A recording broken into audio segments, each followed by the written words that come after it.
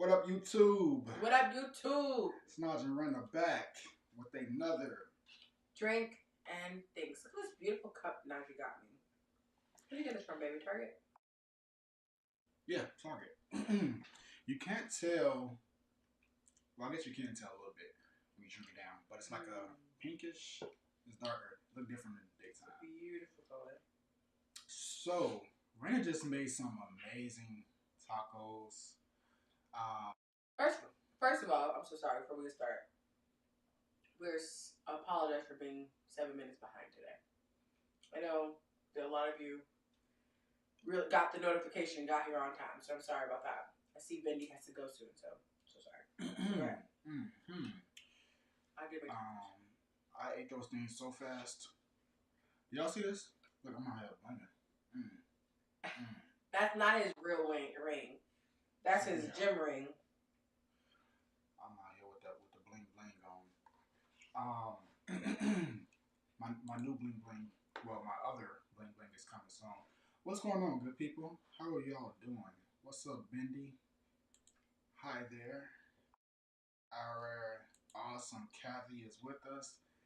Hit the thumbs up, subscribe, turn on the notifications and comments after the live. Come live to make it stick. Considering joining Naj and Reina on Patreon.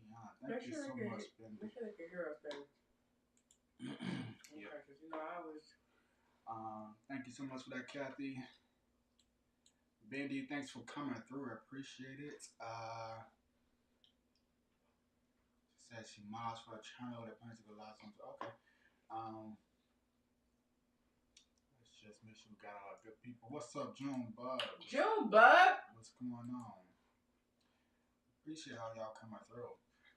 So we found a couple of new vids. What's up, Meg? Meg, our baby. A couple of new vids on this situation that seem to be pretty interesting. So we're gonna be here for a good time. Not a long time, but a good time. So it should be pretty fun. It should be pretty interesting to check out these new videos. As everybody comes in, please hit that like button. Please make sure you tap on that like button. That's going to help us get out to our people. We've been out for a period of time last month and the beginning of this month. So we want to make sure that this goes out to everybody that follows us and more people that aren't, so that we can continue to build. But we found some videos that we're going to be taking a look at tonight. My phone go. Mofongo. Mofongo. Gotta make some mofongo.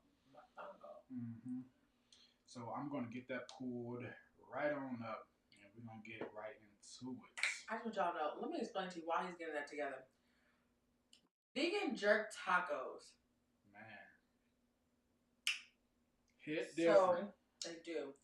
So, here's the thing. I make... Oh, wait a minute. I would rather be here, Bendy said. Oh, man. Bendy, why is Bendy not a mod? Would you like to be on our squad? Right, wait. Well, first, why is she not one? I don't know. I thought she was, honestly. I'm not going to lie. Definitely thought Bendy not Bendy. I thought she was. I'm like, what's going on? I thought she was. Kathy, don't get the party started early. Thank you so much. Yes, thank you. Hold on, what we at? Let's give her some. She doesn't like the clapping. Don't do that. Okay, yeah, that's the DJ horn. Thank you so much, Kathy. Or is it the applause she doesn't like? No, Bendy doesn't like the horn. We got to turn it down though, so the sound effects are really low. So we turn it down for Bendy. Kathy, thank you. You know we love you and appreciate you so much because you're always there for us and always making sure everybody knows what it is. Kathy keeps us like lined up. You know, she's like Kathy's literally like. She's like our mom. Like I love her. Like like the coach. Kathy keeps us together. You know, like we're like the I guess like the players. She's our coach. We like Mike and Scotty, and she like Phil Jackson. Yes, that's the Chicago Bulls team, guys. Oh my God. I didn't know. But yeah, Kathy's like our coach or like she's like our boss. Kathy's like, excuse y'all, get it together. She give us she's like a coach, right? She on Patreon. She sends us a lot. Remember when she sent all the information, and she's like, I already sent y'all this. Right. I was like, look, mama. She the playmaker. I was just trying to be surprised. The game playing together. We appreciate you, Kathy. Thank you so much for the. She said I'm on the tablet tonight. Yeah. I don't know why my eyeball is burning. Let me double check just make sure that's good, bro. Is Bendy here? Bendy, would you like to be a mod? Do you want to join the squad? I think Bendy's. You know what? Now that I think about it, Bendy didn't want to be a mod for nothing. Oh, got it. Remember, I think Bendy was like, but Bendy, write us on Patreon if you feel differently. Then I think I remember why we didn't make Bendy one. I think Bendy made a comment so like she likes not being a mod here because it helps her just to kind of like get to do whatever she. Oh, okay. She doesn't have to feel responsibility or something, but I don't know. I could be wrong. Write us on Patreon or here if you write us on Patreon if I'm wrong. But I could have sworn I remember you saying something like that. That makes sense. I do remember. Kathy is that chick. Yeah, she is. Concur. She's that girl. Okay, let's get to it. All right, so we're gonna start off with the 6 crucial moments in Alex Murdaugh. Is it Murdaugh? What? You want to start over there? I'm gonna start in order. This is the first one. It's the first one I picked. 1 day ago. Oh, you mean as far as when they were released? Oh, gotcha.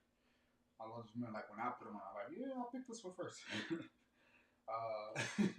Let me see. Hold on, let me get that going. All right, good people. I hope y'all don't judge how hard I eat this food. That's why I ate mine before, because I'm like, I'm gonna just. They don't need both of us. Lottery channels, Kathy. What happened? she mods for the other channels or lottery channels. Oh wow, that's cool. I didn't know that. I didn't know they have those. Okay, let's see. Big phone. All right.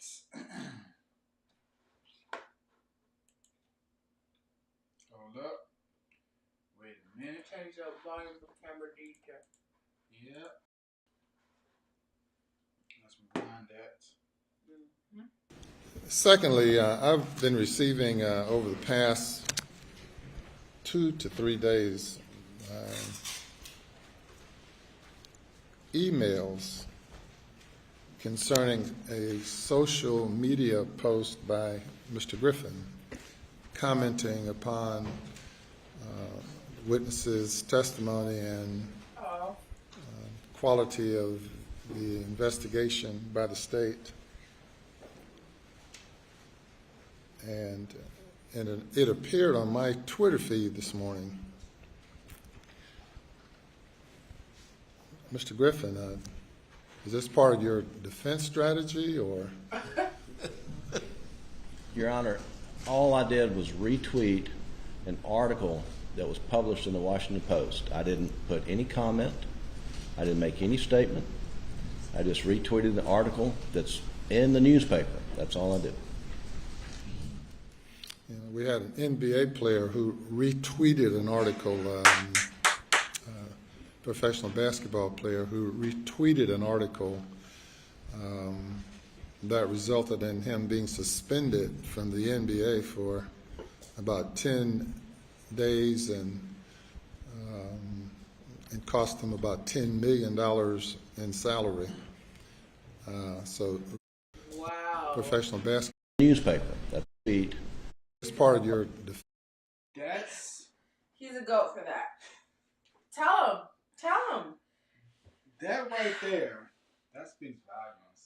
He said he just retweeted. Is that what he said? I just retweeted it. I didn't make a comment. I don't even know what it was specifically that he retweeted, but the fact that he has the, like, just straight off the top, I don't know if it's off the top, maybe it's not, but like just the ability to, like, make things align in a way where they can understand based off of other situations that were like really big and how it happened and how his actions like kind of lined up with that.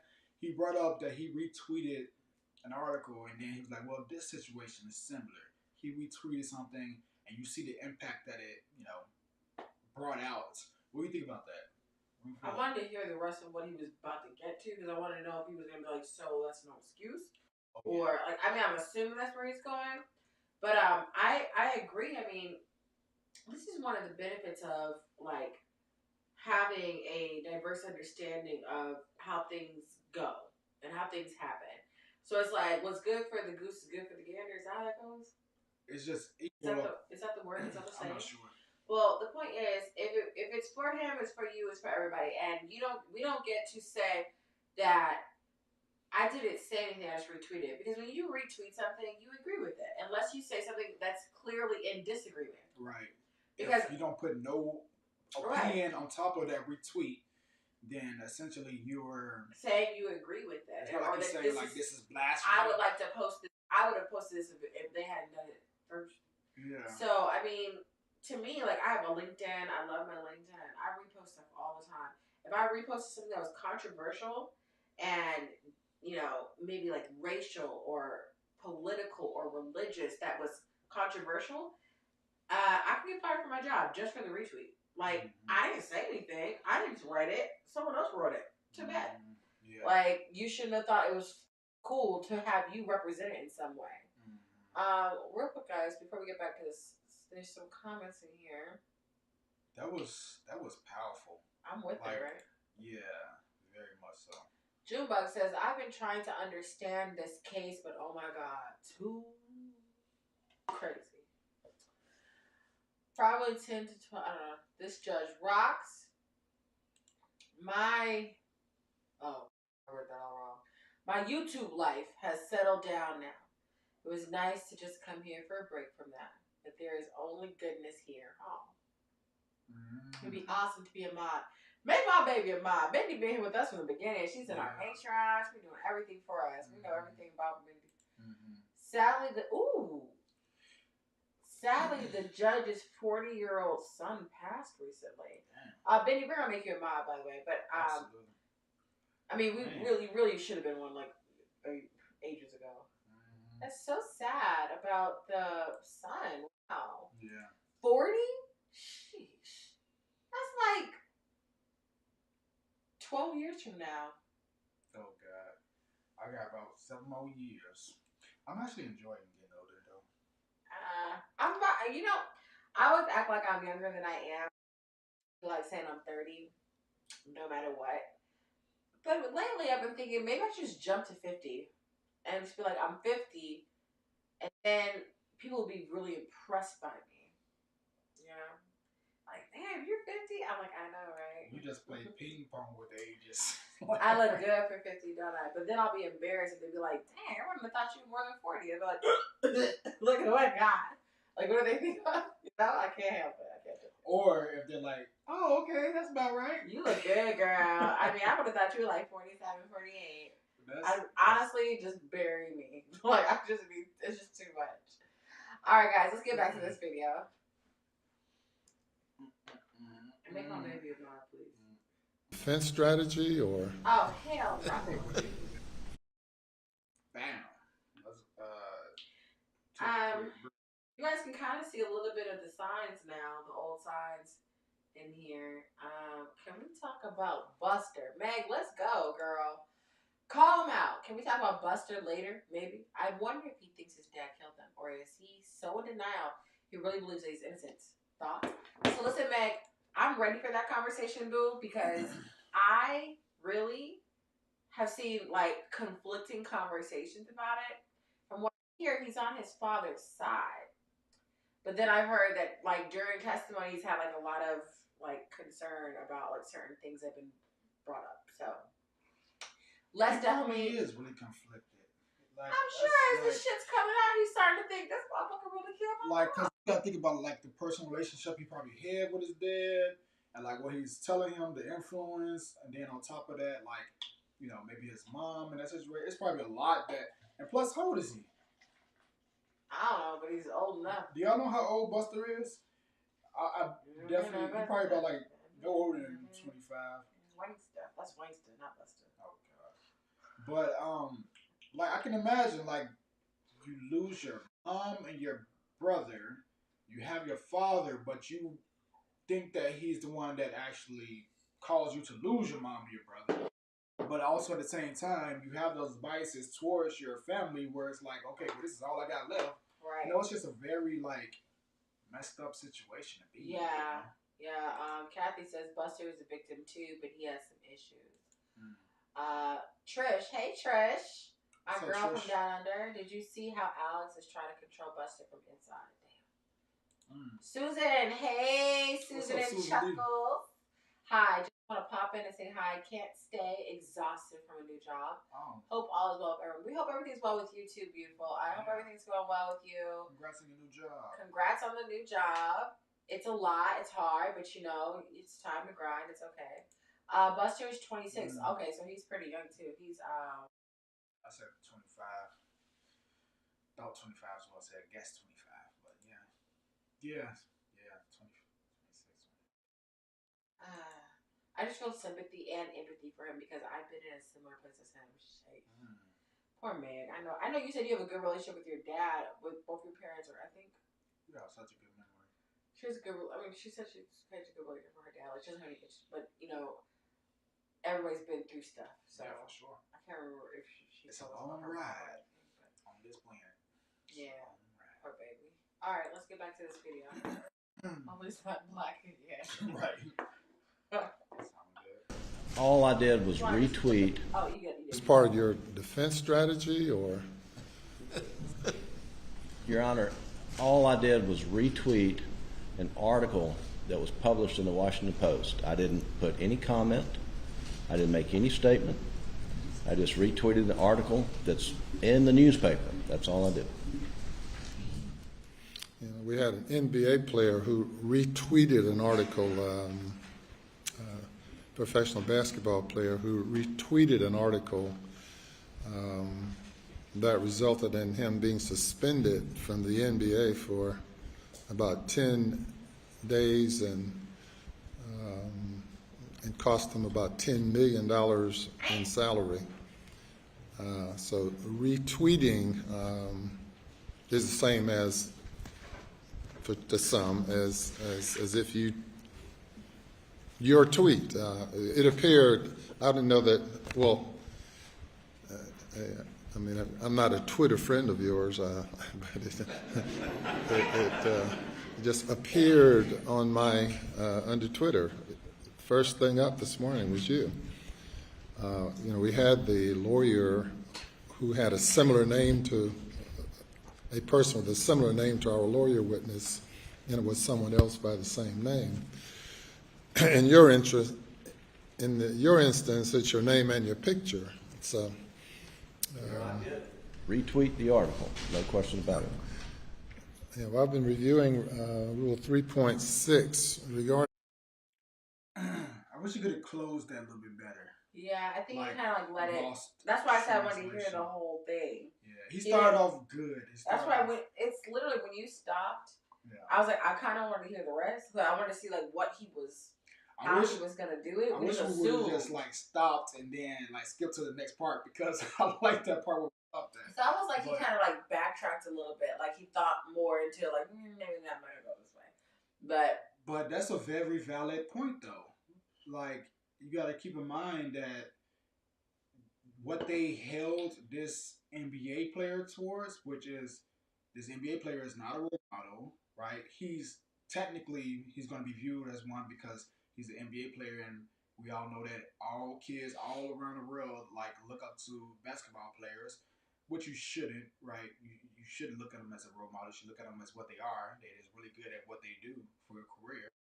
But what about you? You know, vote for Tracy McGrady. What about? I didn't say it was my role model. I tell you that all the time. I say it's my favorite You said that you looked up to him growing up, and that he was like your role model. I said specifically, I said I never used the word role model. I don't like that word role model. I said if I had to, that would probably be the verbiage that I would use because plus I also wanted to be a basketball player. I wanted to be an NBA player. So when you look at someone that you're trying to go in the field as, you model your situation after that. Anyway, going back to the point. This guy was held to a very high standard because of what he does for a career path, right? You're a lawyer. You specifically need to be only tweeting things or saying things or anything like that. Like all your outside actions. If anybody knows this, he should know it. Now, again, I don't even know what the article was about. I don't even know what he tweeted, but I'm just saying the fact that the principle of like he want to use the excuse of that he just tweeted something. You should know at this point all your social media footprints, all that stuff, it directly reflects your opinions on things. Unless, like I mentioned, unless you say otherwise, unless you give a caption saying I completely disagree with this. This is crazy, this is stupid, whatever it may be. But just that overall point, I just felt like it was up. So I think that he should have held him a little bit more accountable. He started off good, but he kind of just to like bring it all in. Hey guys, if you're coming in, make sure you are like, comment, and subscribing. We're 20 minutes into our live on the Alex Murdaugh case. We're talking about the tweet. We can move on from that. I just think it was really good, kind of like background to how stupid some of these people are acting. Let's see. You want to pull up the next video, baby, while I go through the comments? Yes. Okay, let's see.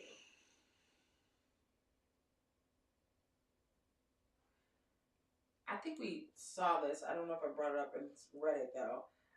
Susan Chuckle said, I'm going to change my mind and say it'll be not guilty verdict. Can't see 12 agree. I'm starting to feel like that, too, honestly. Wait, so y'all know some stuff that I have no idea about? Well, they first say of all, not guilty? So here's the thing. In order to get a not guilty verdict, all you have to do is have somebody have doubt. Right. And they are invoking enough doubt that somebody could be like, well, here's the thing. All that shit might be true, but I still feel like there's two shooters, and there's nothing proving that it's just him. Why were there two different guns shot at two different situations where you can't hold both of the guns at the same time?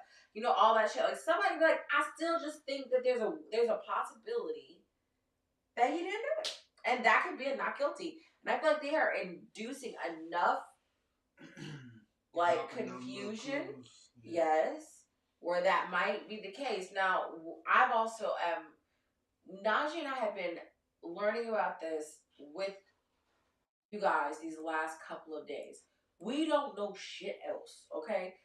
We've not watched nothing because we've been trying to make sure that we stick with you guys. You guys teach it, and then we watch it with you. But otherwise, like, just off of what we've watched together, they have made it some very conflicting things have happened where you're like, I don't know what is going on. Yeah, because I was kind of like, not necessarily like playing, devil's advocate. I did say that though. No, you said it. I didn't use it. But I was bringing up like alternative pathways and why there can be doubt, right? And I think that's valid, but at the same time, I feel like there's a lot that we're missing for her to say that he's gonna get off on. All you need is all the defense has to do is to give enough question to the evidence where you might be like, they just have to invoke doubt. It's like the devil. Like, you just have to invoke enough doubt that it changes the trajectory. Trish says Alex is getting his brothers to put money on the other inmates' commissary to get favors. I would too, shit. If I'm in jail, I'm not gonna lie. I think Buster learned some about his dad. He didn't know. So, Meg, I remember this story now that you said it. I don't know if you want us to go through it publicly, through this, besides the comments, but I do remember you said that your uncle was murdered by his wife, and his family to this day refuses to acknowledge or accept it was on purpose, and that you really loved her, and it was just disgusting what she did to your uncle. I remember that. Now I remember, and I know we talked about that ages ago, but I appreciate your bravery and your courage just to share that. It's not easy to share things like that, but it does help to bring together why you might have such empathy and sympathy towards some of these people in these stories. So, and again, I'm sorry for your loss. And Benny said there was a documentary on the Murdaughs on Netflix last night. Oh, wow.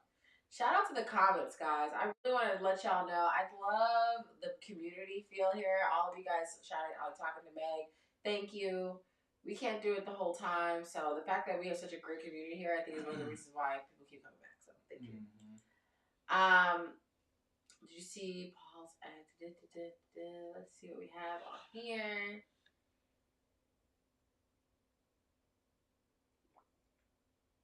That was a hard swallow.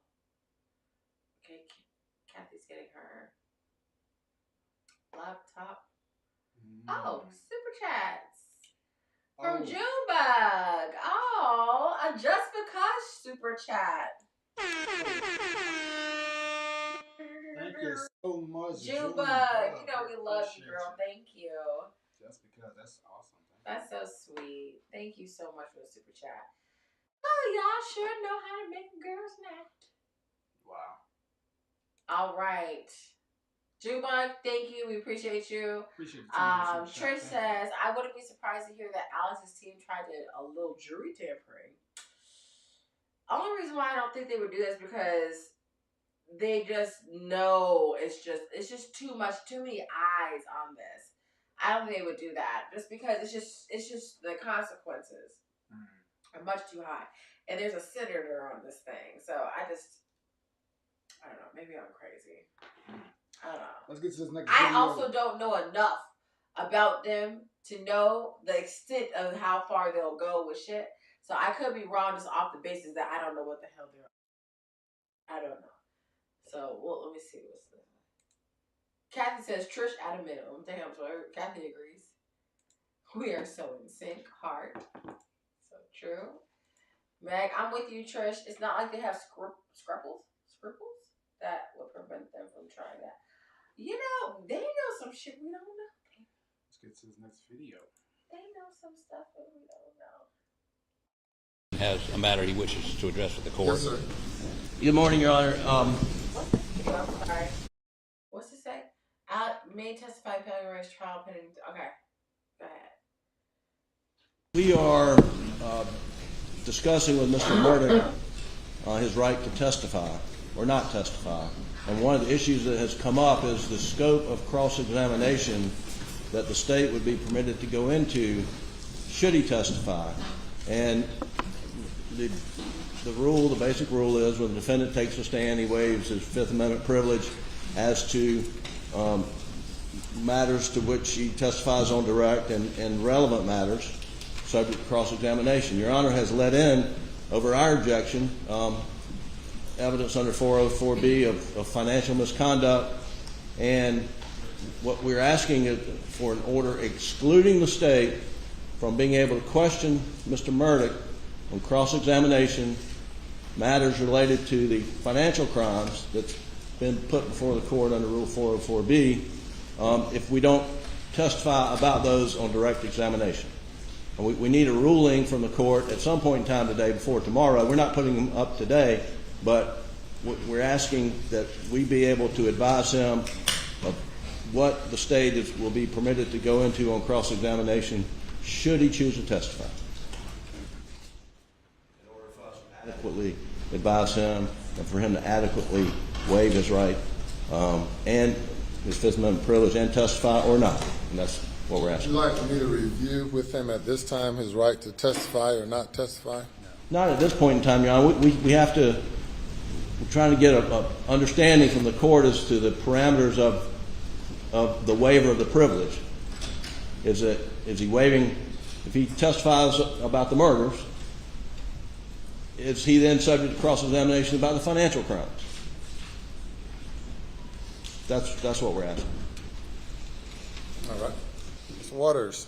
Thank you, Your Honor. May it please the court. First of all, obviously the general rule is that cross is generally wide open, and that goes for a defendant who testifies. Your Honor, Rule 611B on the scope of cross-examination expressly. Wait a minute. So they're basically trying to figure out, it's trying to like stop him from testifying. I feel like this other video is going to give a good breakdown of what's been going on. I know Junebug says she was a little bit trying to catch up on it and understand it.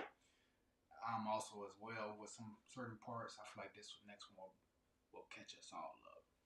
Okay, let's see. I was interested in hearing what was going to happen next. I'm not going to lie, but it's okay. We'll double back. Yes, Alex. Kathy says, yes, Alex is a dirty. Wait. Yes, is and dirty. Yes, and Alex is dirty. Dirtier. No, dirty than a dog. Okay. Yes, and Alex is dirty than a dog that has rolled in his own face fuchsia poop shape. Face fuchsia poop we can't shape. see the Face fuchsia poop shape. We can't see the emojis. Don't pop up. It doesn't come up as emoji for those words. Okay. All right, let's see. Let's get the summary popping. Whoops. Yes, we did talk about the him-they conversation. That was another live, but we all thought that he said him. I don't know. Before we get started, let's get into this young super chat from Miss Meg Green. Thank you so much, Meg Green. Let me throw the drums. And some applause.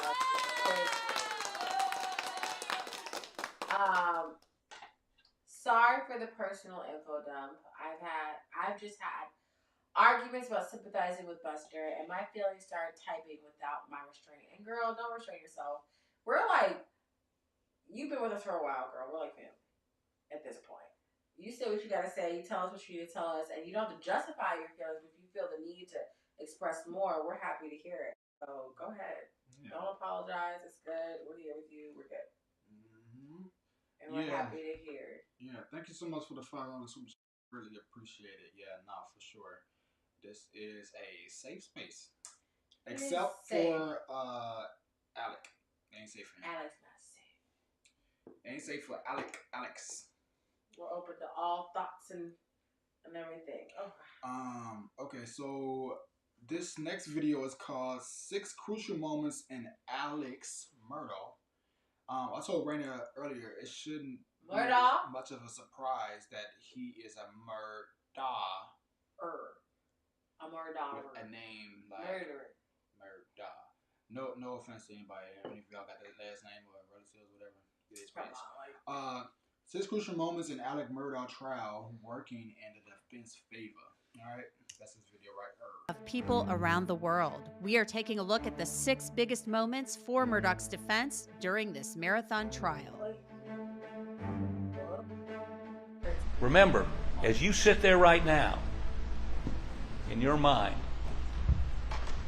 he didn't do it. He is innocent. He would require a verdict of not guilty from you. That's the law. He didn't do it. He did do it. In your mind, he didn't do it. He is innocent. He would require a verdict of not guilty from you. That's the law. That's your oath. I'm Anjanette Levy, and welcome to Law and Crime Sidebar Podcast. We are following the trial of Alec Murdaugh closely, providing updates to you every day. And we've outlined the strongest points of the state's case for you. Now it's the defense's turn, and we're pointing to 6 moments that have been big for Alec Murdaugh's defense team as they defend him against these charges. Joining me to discuss the 6 points that were considered to be really good points for the defense in Alec Murdaugh's trial is Sarah Azari. She's a criminal trial attorney based in Los Angeles. Sarah, welcome to Sidebar. Thanks for coming on. Thanks, Anjanette. Thanks for having me. We just want to be clear. You've been pretty critical of the prosecution in this case and have pointed out a lot of things that you believe were very helpful to the defense. And one of those things that we've thought was really interesting that kind of kicked off this case was Special Agent Worley. She was one of the people who responded to the crime scene at Moselle. And she actually talked about, under cross-examination, and she had to kind of be prodded into this. She actually said that it was possible that there were two shooters involved, that was one possibility. Take a listen. Oh, so you had these measurements? Yeah. But did you know the degrees? No, that one didn't know. Until July 12th. But on July 12th, did anyone go back out and walk this line to see if maybe there's shell casings way up here? No one looked up there, correct? Not what I'm aware. Okay, and no one did a topographical study to indicate, if you follow these lines back, whether wherever a shooter could have been were higher or lower than the doghouse or the small animal cage, right? Right. But doesn't this indicate to you there were two shooters? There was a shooter up here and a shooter down here? Is it a possibility? Let me say this. Is it a possibility that there are two shooters based on the data you collected? It just indicated there was movement to me. Movement from here all the way up to here? I don't know that it went all the way up there. But is it, I'm not telling you, I mean, one explanation would be movement, correct? One explanation would be two shooters. I'm sorry? Yes? I wasn't there when it No. But one explanation of this data would be two shooters. One explanation, not the, but one. Not the only one. Yeah, not the only one. But it is a reasonable explanation, just like one shooter running up that way, correct? Sure. Now, Sarah, after that cross-examination by Dick Harpootlian, where Special Agent Worley was kind of forced to say, yeah, it's possible, you could tell she didn't really want to go there. Was that a big deal for you? Because it seemed to happen really early on in the state's case. Mm-hmm. Yeah, it happened early on and very close to opening statements, because in opening statements, we make promises, right, to the jury that we have to keep. You never say anything in opening that you don't think you can prove. And so their memory is still fresh that Harpootlian in an opening statement has said, there were two shooters, ladies and gentlemen, that no way that one shooter could have killed both Maggie and Paul. And then Worley testifies early on and says, yeah, it's possible. Look, it's all about possibilities and also plausible possibilities, right? And that's where you get to doubt. If you have a possibility that it could be a different scenario, that it could be two shooters, then that is casting doubt on the idea that Alec Murdaugh single-handedly, you get to doubt. If you have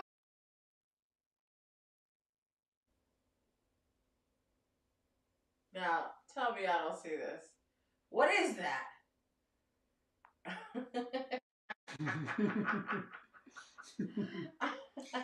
This is why you gotta have a perfect picture background, because people will be silly and do stuff like this.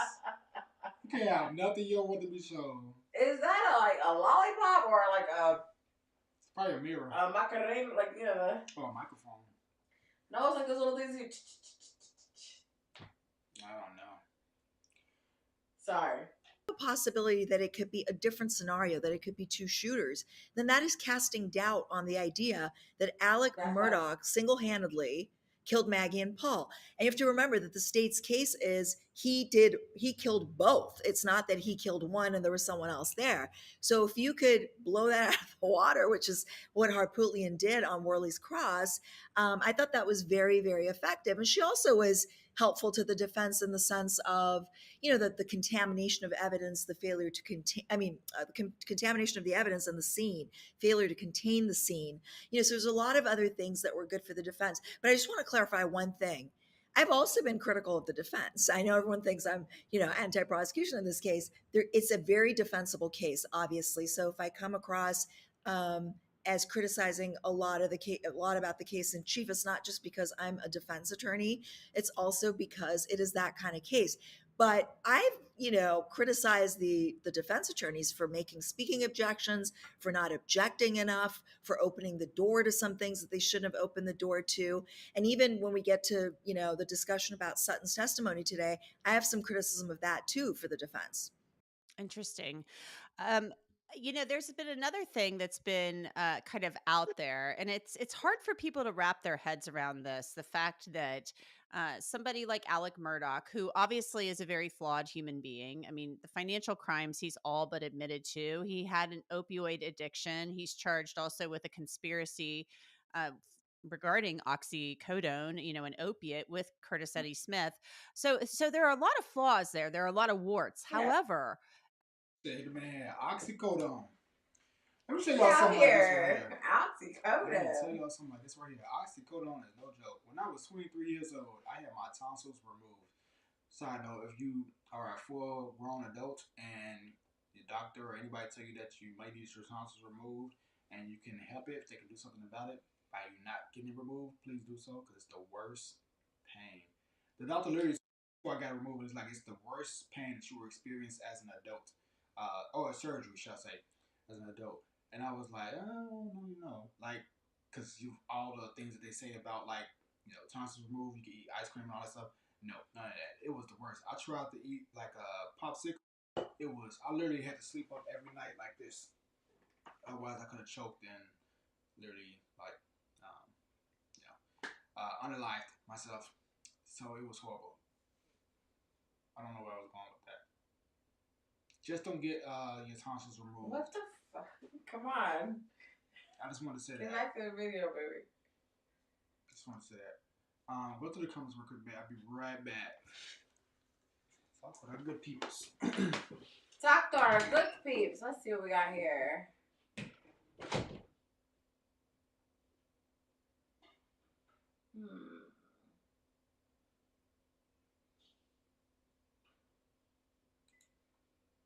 Let's see what we have. I love you guys and thank you for your acceptance. I love our tribe. We're good people. Facts, girl. So guys, tell me, I need a video that I think is gonna really like get us to like where we need to go tonight because I need to know. Naji thinks this is it, but I don't know. Look at that politician lying like a dog. He's a flea on the dog. Perhaps even a wild pig. Susan, I saw your comment about the suitcase. Crazy lady. We definitely need to get back on that one too. Did anyone see the experts defense has put on stand? Not yet. Anyone wants to hear my cousin's nickname for Murdaugh? Grouch, evil little gremlin. It looks like he got a prostate massage from a cactus.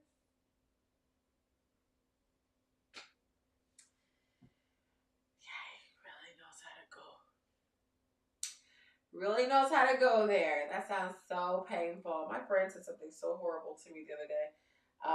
She said that she was having a girl situation. It was a YI, for you women that know what that stands for. And she said she felt like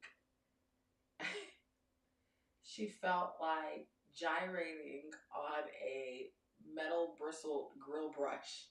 I was like, that's disgusting. It was the grossest thing I've heard in a long time, but it was pretty funny, so hopefully it wasn't too much to share. Kathy just shows how much control the Murdaughs have had. Mariachas. Is that what they're called? Marachas. That's what I was trying to think of. Thank you, girl. You think she checked the background? Let's see. Where we at?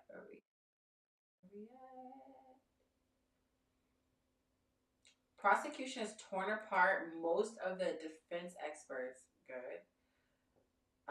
Ray's oxy habit being 50K a week, he would need to take 475 tablets a day. He's grossly overestimated the amount he spent on oxy. That makes sense. Because everybody's talking about this 50K. I'm like, where the fuck is this 50K coming from? Doesn't make any sense. Guys, I'm going to go forward with this video. I'm not waiting on Maggie. It's taking way too long. Now, how do I get back to the thing? Everybody that has testified has said he loved Maggie, he loved Paul, he loved his family, opiate with Curtis Eddie Smith. So there are a lot of flaws there. There are a lot of warts. However, everybody that has testified has said he loved Maggie, he loved Paul, he loved his family. There have been no discussions and no testimony that there was any domestic violence or anything like that. And one thing that the defense has pointed to is the weekend before this happened. Really, it actually was 2 weekends before this happened, Memorial Day weekend. they played this video during cross-examination of one of the state's witnesses, and it was of a birthday party for Alec Murdaugh. So let's take a look at that and listen to a little bit of the testimony about Alec Murdaugh's relationship with his family, and then we'll talk about it. Right? Birthday to you. Happy birthday to you. All right. Happy birthday. Did you spend a lot of time with Paul around his dad and mom? Yes, sir, I did. And how would you describe Paul's relationship with his father? It was an awesome relationship. And what do you mean by awesome? It just kind of seemed like Paul was the apple of his eye. Okay. And from your observation, can you tell the jury what you observed of Alec's relationship with Maggie? I thought they had an awesome relationship as well, from everything that I could see. You know, they were always laughing and everybody got along. You know, nothing was out of the ordinary at all. Just very briefly, in your own words, you tell the jury what you believe Alec's relationship was with Paul. I think they had a very good relationship.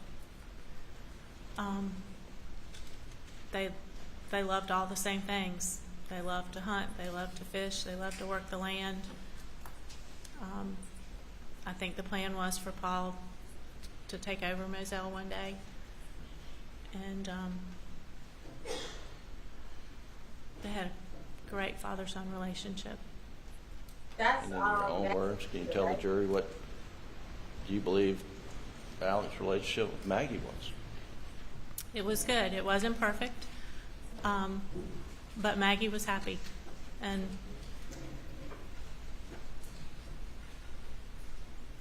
I think she was happy. So, Sarah, we have Alec Murdaugh being described as somebody who loved his family. Everybody thought the relationship with he and Maggie and even Paul was good. There's nobody saying they fought. There was domestic violence. Even Maggie's sister, Marion Proctor, said, no marriage is perfect. Her marriage wasn't perfect, but she thought Maggie was happy. So how important is this for the defense in this case? Before we get to that, guys, let's go to these comments real quick and see what we're talking about here. Let's see. Susan asked before she left, is the $50K, is it just something that Murdaugh's side said, or do we have proof of that? I've always wondered.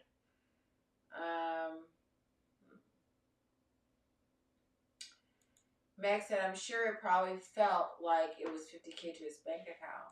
Drugs will drain anyone's account. That shit is expensive.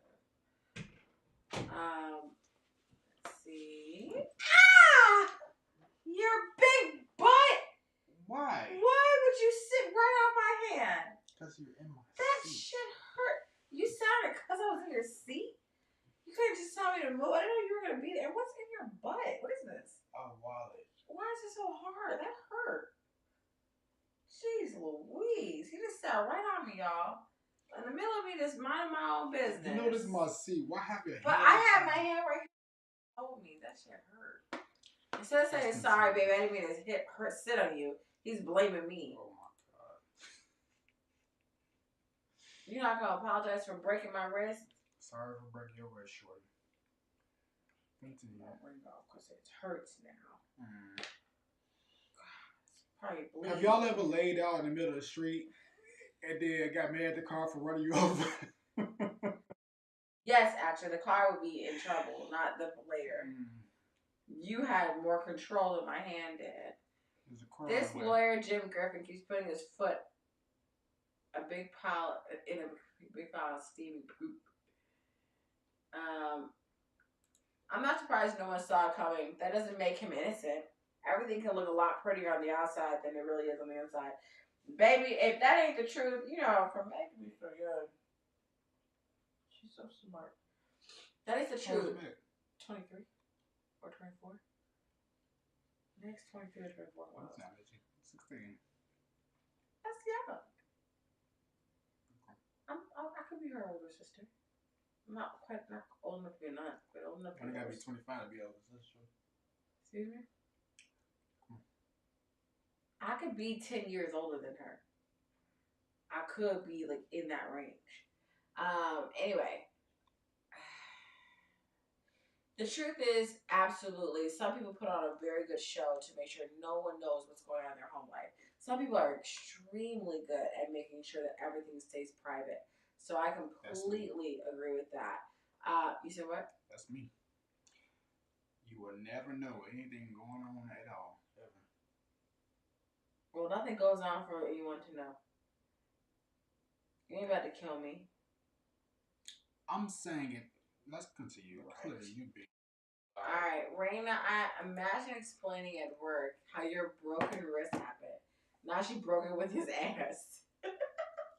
Basically, and then try to blame me. So rude. They're even just like, oh, I'm sorry, baby.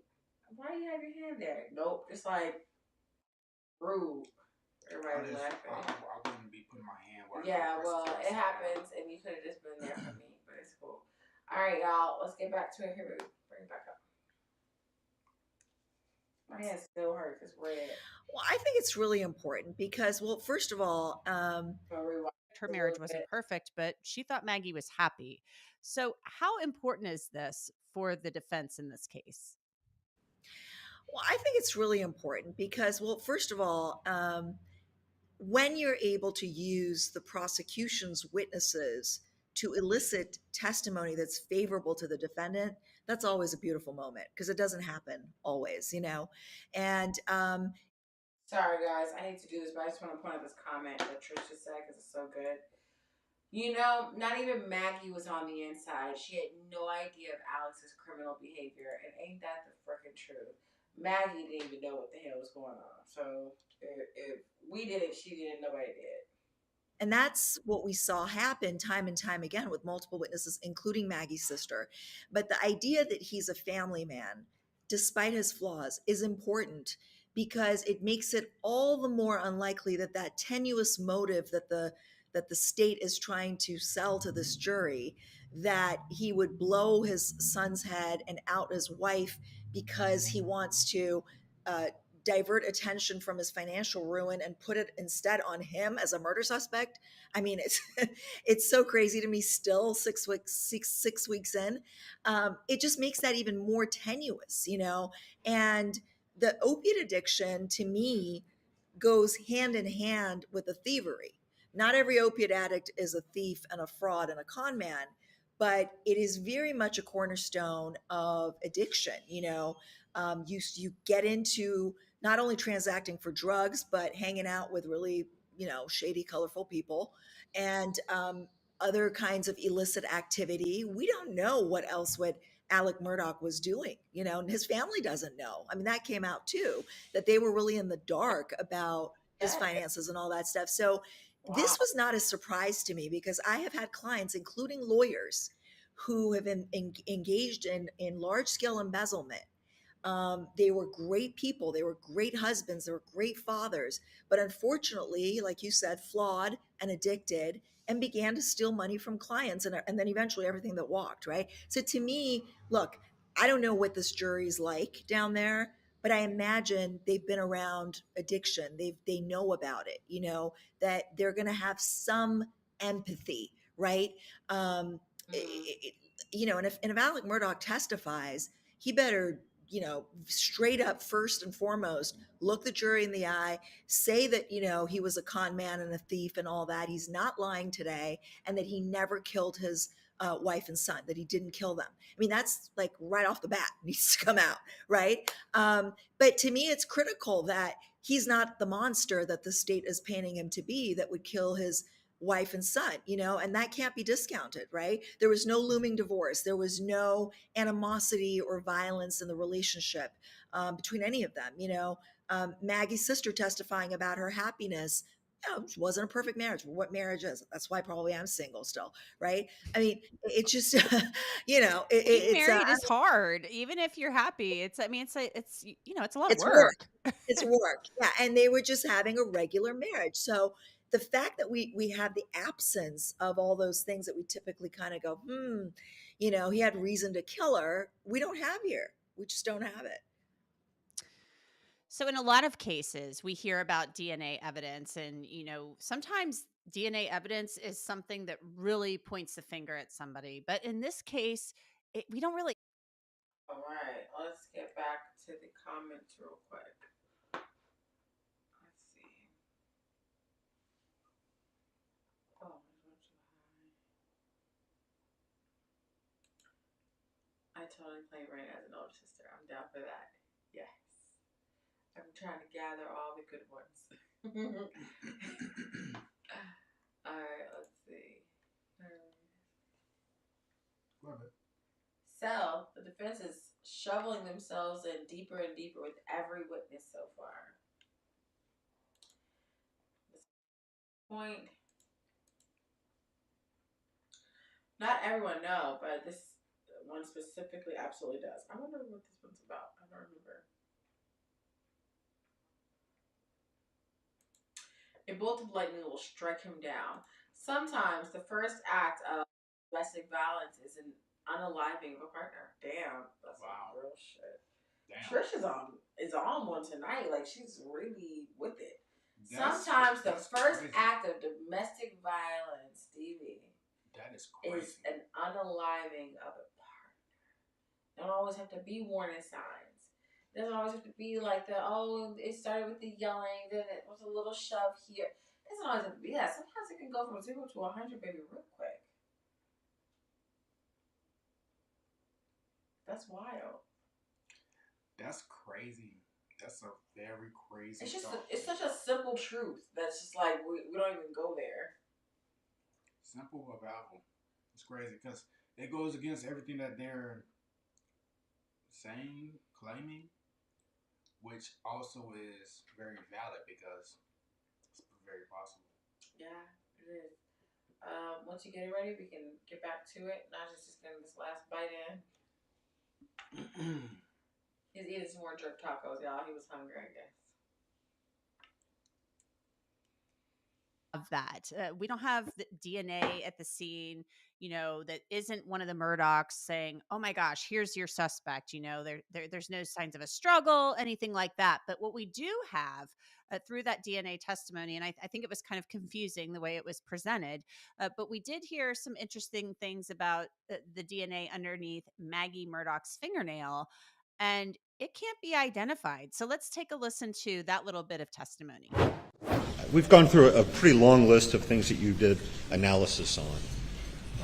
Did you do any analysis on any clothing or anything from the victims' bodies other than Maggie Murdaugh's fingernail clippings? I analyzed Margaret Murdaugh's fingernail clippings, Paul Murdaugh's fingernail clippings, as well as their buccal swabs. And when you say they're buccal swabs, that was simply to collect their DNA to perform analysis, is that correct? That was the known standard that I used to make comparisons, yes. And under Maggie Murdaugh's left fingernail clippings, you found unidentified male DNA?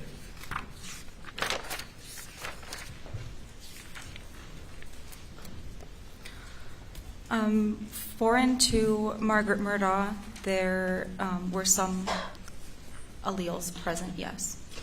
Well, we say some alleles present. Was there DNA from an unrelated male under her fingernails?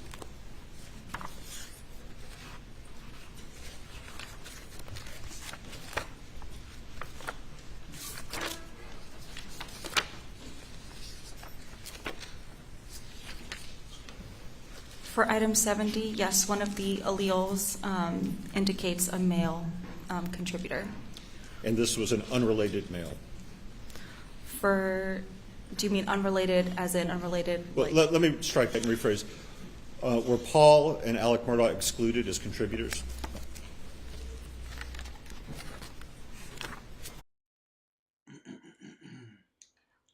I need to pause it because this is a very great thought, right? I don't think maybe you all thought about it, but it just hasn't crossed my mind and hasn't been spoken on yet, to my knowledge. Meg Green says, what's the best scenario for him? How much heat can he deflect? Even if he's innocent, this is the part I was talking about. Even if he didn't do it himself, his behavior and actions led to their deaths. Likely led to this. Even if he wasn't involved. We talked about this actually, and I think the first or second line, maybe the first one, where we talked about if he was innocent and someone was getting like revenge on him or setting him up. No. Yeah, we talked about that. I'm talking about specifically as if he hired someone to do it for him and he just wasn't involved. That's what you think Meg's saying? That's what came to my mind. Yeah. Oh, I didn't gather that from what she was saying. So you're saying that even if he didn't do it himself, you're saying he hired someone. You think that maybe he hired someone else to do it? I'm just saying that's the idea that came to mind, but I'm just saying that also was a possibility because a lot of people are saying that he did it himself, but he could have also do it for him so that his hands are technically clean. He could have hired two people to do the job for him, which is another point, which is a very interesting point because it's like he also. I told him that the other day. Because you want to see his mouth. Go ahead. Which is another point because he also could have been very fed up with her or her son, or his son, should I say, or just both of them together, or whatever the situation that may have caused them or him to want to do it himself. He probably could have just hired somebody else to do it for him so he can, in his mind, get away free so that he's not worried about what happens. So regardless, I don't know if Meg was saying that, but that's what came to my mind, which is another idea. Because I mean, it is another idea because, I mean, we're all saying that he pulled the trigger. And, I mean, he very well had the ability to hire someone else. But I think the reason why everyone's thinking he pulled the trigger is that he was right there and that he knows how to pull the trigger. He's a fucking hunter. Yeah. But I'm just saying, like, if you hire someone, you're involving people that might confess on you. So that's harder. You could have hired a hitman or someone, or hitmen that could have done a job, or hit women, whatever you want to call them. But that's what came to mind. So it just sparked an idea. So I don't know if this is what Meg was saying, but it's like he could have played a role and someone else doing it for him so that there's no DNA or nothing on his end. Meg, is that what you were saying? And even if you weren't, what's your thoughts on Najee's perspective here? Alex had told so many lies, stole from so many people that he was spiraling out of control. He unalived his youngest son and his wife caught him in the act, so he had to unalive her. Mama seems very confident in that. That's interesting as well, because he probably could have been targeting one, and then the other one caught them, whether it's the mom or the son, caught them, and then he do both. You know, that's another perspective. I completely believe he did it, by the way, for Meg. That's what I know. Trish, you should have seen me yesterday during the defense expert. I think he did it too. He was there when it happened from Mindy. Same here. Everybody's in agreement. My thoughts exactly from Miss Junebug. And Kathy said, which she could have picked anywhere as touch DNA. She's talking about the analyst that was checking out the DNA.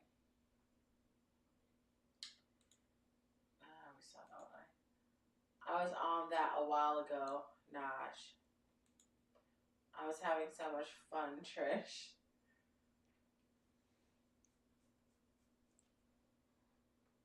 I was on that a while ago.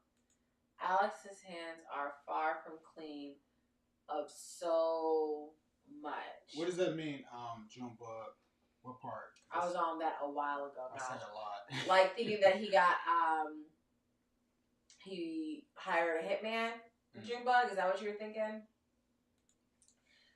Meg Green, go ahead, baby. I meant more in line with what Reina said, but Naj, that's a really good point. He might have done it that way. Types like him don't typically like to get their hands dirty, physically dirty, Yeah, that's what I was saying. So I don't know if you were saying that directly, but clearly you weren't. But I'm just saying that that's what sparked an idea. Like, well, she may also have hired somebody else to do the job for him. You know. Trish, I said that was the prosecution. Oh, I said what you're telling me. Trish, I said that was the prosecution was shooting so many holes in the expert he was Swiss cheese.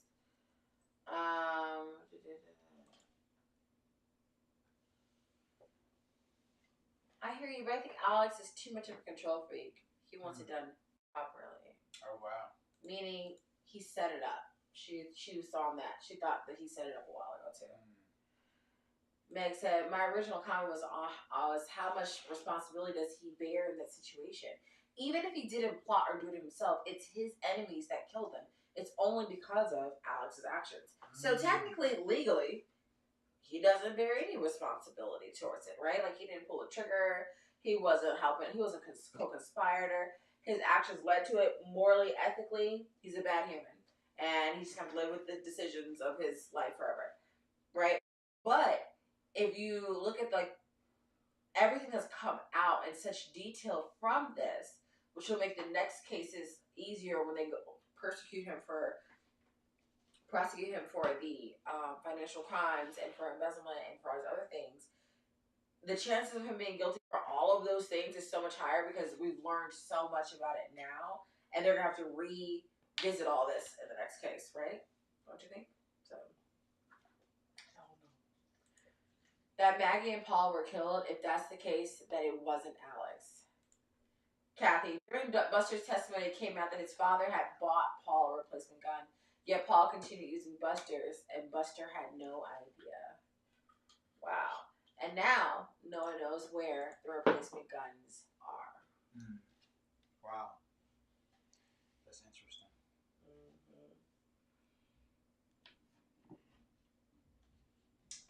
Let's get to the next one, babes. So, this.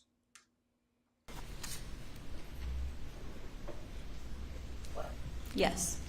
So male DNA under her fingernails, not from Paul, not from Alec Murdaugh. The foreign DNA to her, yes, they were excluded as contributors. So, Sarah, we have the DNA analyst, Agent Zapata, saying there was a DNA under the nail of Maggie Murdaugh. They can't say who it belongs to. It's not the gardener. Everybody was saying it was the gardener, but it wasn't CB Rowe. So we don't know whose it is. And then on top of that, early on in the trial, we heard that there was brown hair in Maggie's hand, but then we never heard anything about that again. So how important is this for the defense to be able to say, look, and it's not saying anything bad about Maggie, but we don't know where that DNA came from, and it can't be identified as anybody in her circle. Mm-hmm.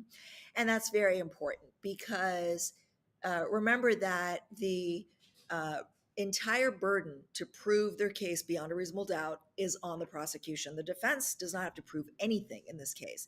So it's enough to say there were other suspects. This unknown male DNA under her fingernail can't be discounted because if you've excluded Paul, which they did, if you've excluded Alec and anyone else, Buster, for example, and this is an unknown male, well, that again goes to the two-shooter theory and the fact that it's somebody other than within this immediate family. So the defense doesn't need to do their own analysis and prove who that male might be. It's enough that it's somebody other than the defendant, so that to me is critical. And by the way, the CB Rowe that you brought up, that was, it reminded me of a very interesting point. I can't remember which witness was testifying, but it was almost like, I think it was Owens during the famous Griffin-Owens cross-examination, where it seemed like Owens expected Alec Murdaugh to do the investigation for him, right? I mean, the idea that Alec Murdaugh was blurting out some names. Oh, it could be the groundskeeper because we've had some issues with them. It could be somebody from the Mallory Beach lawsuit or that family because it's been really contentious with that litigation. Yeah, okay, so he's just thinking of like people that could potentially be investigated, but it's not his job to do the investigation, right? That's SLED's job and only their job. And so you know, at least they looked at CB Rowe. I mean, I'm glad they did that and ruled him out, but that doesn't discount the fact that there's someone else's DNA that's not within this family. It's certainly not Alec Murdaugh.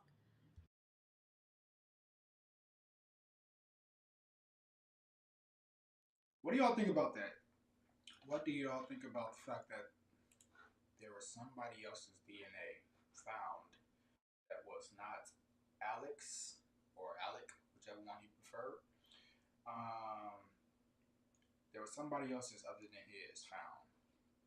And who could that possibly be? That's what I want to know. Who is it? So clearly somebody else was involved. It wasn't any of the family members, the immediate family members. So somebody else was involved. And if they know for a fact that it wasn't Alex, that's enough doubt right there to potentially let him get away from this overall situation of being found guilty. We never know how they're going to vote. I guess it's technically a vote. But we never know what they're going to come to an agreement with. But the fact that there was somebody else DNA found in the situation, that's very interesting. Let's see here. During Buster's testimony, it came out that his father had bought. We read that part, right? Yeah.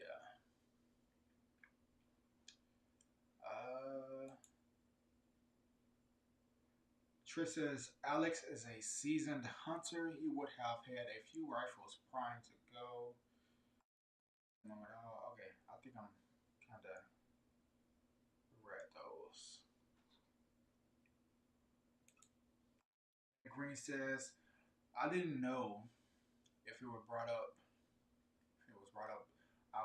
I've been shooting and sometimes a gun will jam or malfunction, right? And I could not clear it or fix the problem, and I switched to another fire.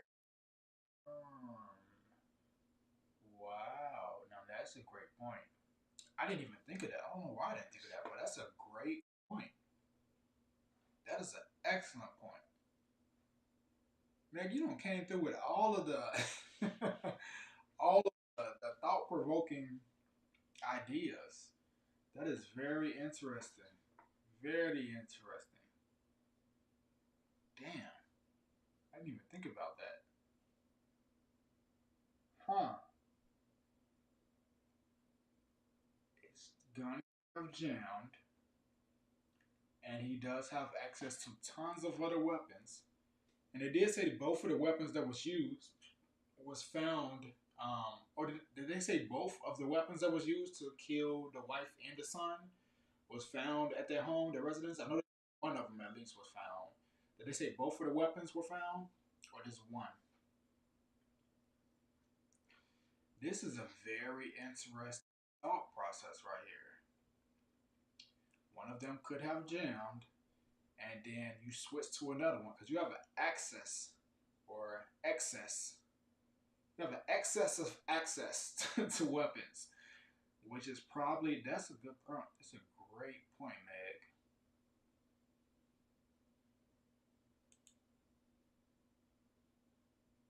Huh.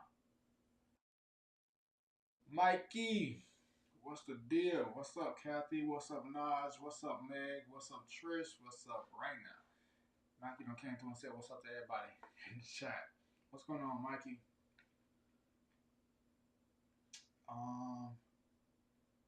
Not found.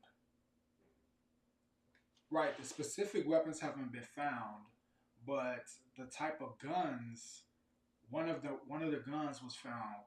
Not the actual gun, but the type of gun was found, Kathy, I believe. I can't remember which specific one, but one of them was found. The type. It was the one that they were saying that is very popular within the area when they had the gun store owner come up to the stand or whatever. Go ahead, come to question. Only gun that they only gun that they would have been only that they would have been found against. Okay, yeah, it's interesting. You missed my first comment about my two-shooter theory. Huh. I'm back.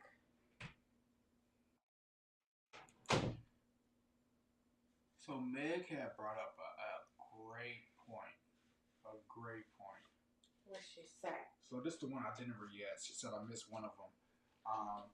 So I just thought of this. No idea if you and anyone have already said this, but what if why two guns were used because the first one malfunctioned and was not fixable instead of two shooters? I thought two guns were used because he's an attorney and knows that it would look weird. And then she said, Purposely did it. what was the other one she wrote? But that's a good point. She wrote a follow-up to that. I'm crazy. Okay. I didn't know if it was brought up. I've been shooting and sometime a gun would jam or malfunction and I could not clear it or fix the problem and I switched to another firearm. And I was like, that's a great point because literally could have happened. Like that could have been the situation. Like they said two different guns was used. Why couldn't one have jammed? But the only thing, here's the thing. I very much believe, was it Kathy? I very much believe that, let's say he was in the living room with his shotgun. I believe he shot somebody, one of them, and then, in his highness, didn't realize how loud it would be, and then chased someone, grabbed another gun, and shot them. Mm. Like dropped it, it's just there's a whole bunch of ways why this would happen. I worked in a lab for 16 years, not as a tech, but I learned enough to know that the DNA could have come from touch DNA. Interesting. Yes. Touch DNA. Like, so for example, let's just say I have, I have my gun right there. You may have just touched my gun at some point, right? So if I go out and kill somebody or shoot somebody or unalive somebody, maybe we should say for live, the fact that your DNA is on there just from touching it may be enough to potentially bring you up as a suspect or something. I thought it was more like, I touched you, your DNA got on my hand, I touched something else. What? I'm wrong. I have no idea. But what you just said would just be the DNA. What's the difference between that and touch DNA then? I just figured that she meant like by touching the gun that. I thought touch DNA would be like, let me look at this. I don't know. Maybe I'm wrong. I know I'm wrong. I just made up some shit. We got Mikey in the building. Mikey!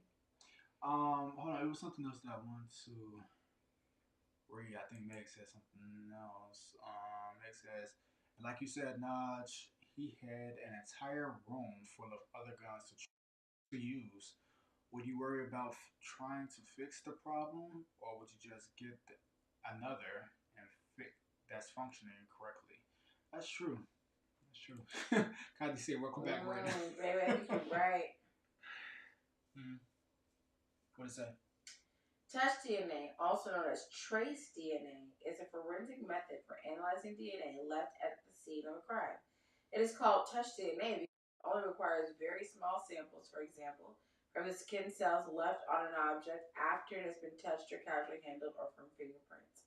One of the main benefits of touch DNA technology is that it is so sensitive as to be able to place a suspect at the scene of a crime with just a few skin cells extracted from a forensic swab or scraping. And yeah, so it's exactly. So like I said, I knew I was making up some shit. Yeah, because that's all it really requires is, like, for example, like you go in a gun store, you ask to see a gun, right? They should always wipe them down again. But if you ask to see a gun, they pass it to you, you touching on it right then and there, and then. When else comes and someone takes it and then goes and shoots somebody, and now they're like, "Hello, it could be you." Like, nah. Now, I think they're supposed to always clean it down afterwards, but I've seen them. I went into a gun store before here. You just take it and put it back down. They'll pass it to me. I'll look at it. I'll check out a couple different kinds, and then I'll give it back to them. They'll, literally just like re-rack it on the display case as if, you know what I mean? Why my fingerprints? Maggie had workers at her beach house doing renovations. She could have shaken their hands. Ooh. Y'all are like good. I mean, what's up with the lack of like proper profession, guys? Then again, those are probably just the display case guns, so I don't know if they actually sell those. They may go in the back and get one that's in the stock. You know, like how display case shoes are when you're Foot Locker or something. They don't sell the ones on the actual shelf, so I don't know. I think this is going to be a very long and difficult case. So much to consider for the jury. I mean, shit. We're not even the jury. My brain literally hurts. Like, I'm like, all right. It's a lot of cases. Can y'all imagine being one of the jury members right now? Like, it's so, like, it would be challenging to, like, give a real opinion on what happened. Not obviously what you think happened, but, like, what actually happened. It's very challenging. Because Meg done brought up, like, 2 or 3 different points that I'm like, damn. Oh, shit. Oh, damn. You know what I mean? And it got me thinking all different kind of ways. So I don't know what to think now.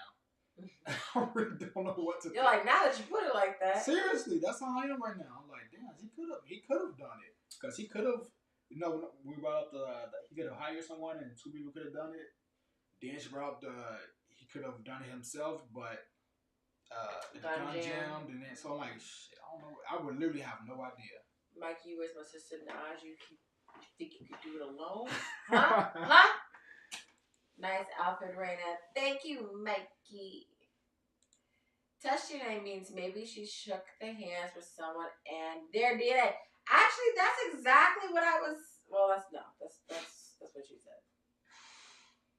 It's literally what you said. Like, you can't, dude.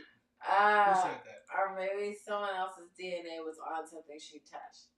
That was my idea, but yours is probably more correct. You never know. Why would they drop the gun, Reina? If he kills someone and he's about to kill someone else, why not just save if it's still?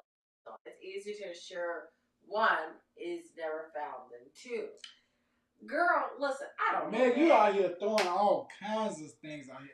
You got me thinking one way, listen, you have and more then the knowledge next than way. me. Like, I am all over the place with my thoughts right now. You got it. I'm not gonna lie. I thought I had like a very not narrow, but like a very like idealistic idea of what happened, and then these threw all type of curveballs. I don't know what to go with. Kathy says the defense claims they will rest their case this week. Then the state can rebuttal before the jury gets the case deliberated. That's why we have to hurry and get all these videos in. We gotta get back to it. Well, but Meg, you're right. Sorry, what you say, baby? I'm gonna say it looks like we're pretty much caught up for the majority of the ones, unless y'all have something else. No, yeah. I'm talking about like for tonight. We're not caught up though. We're missing so much stuff that they've been talking about.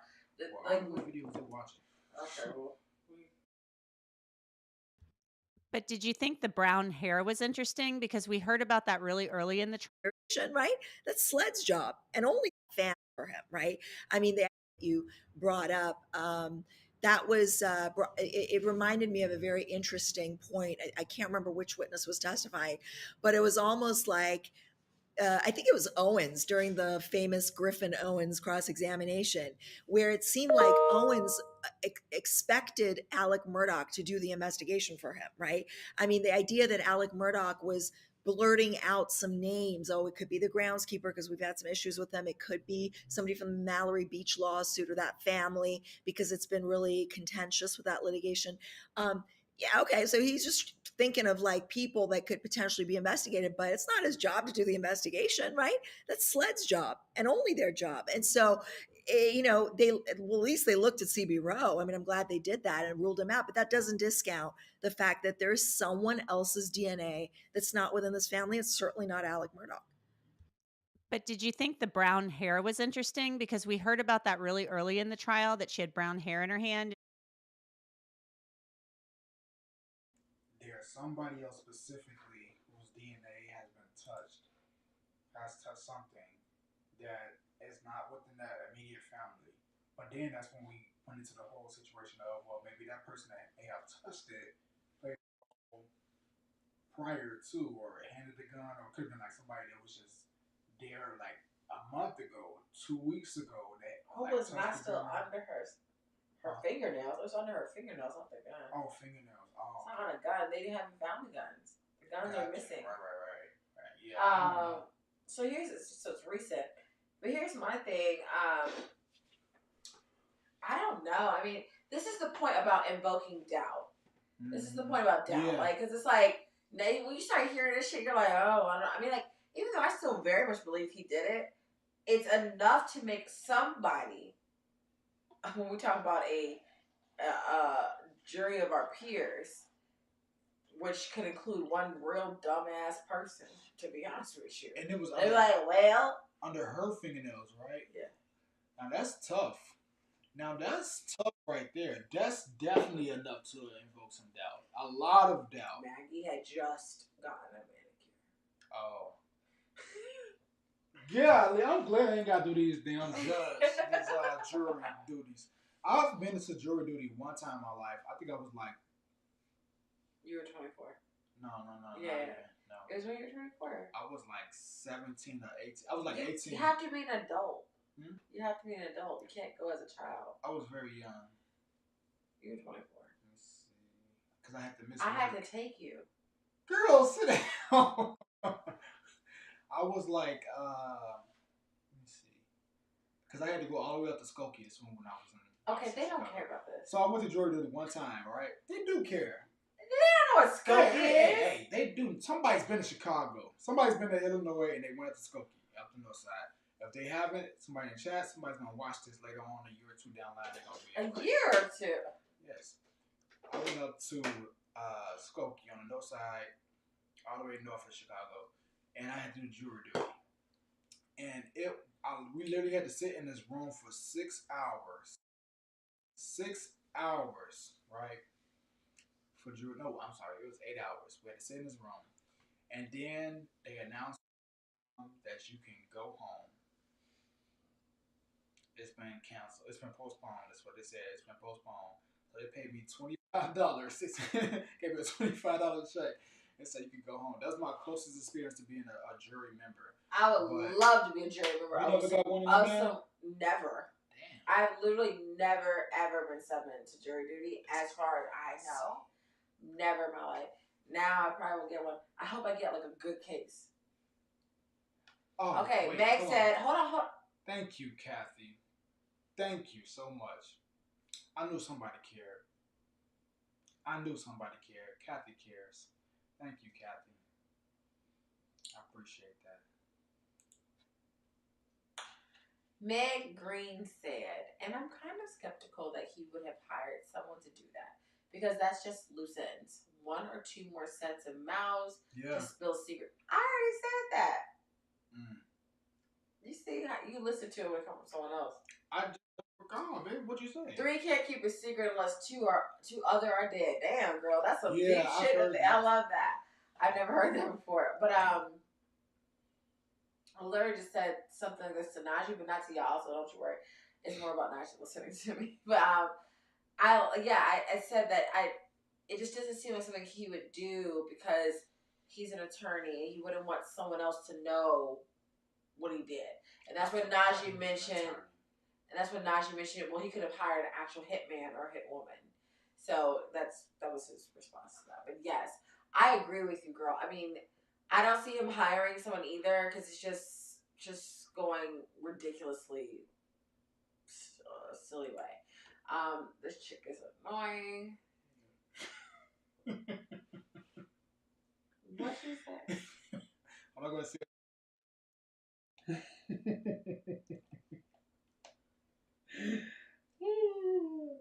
The hell are you even talking about?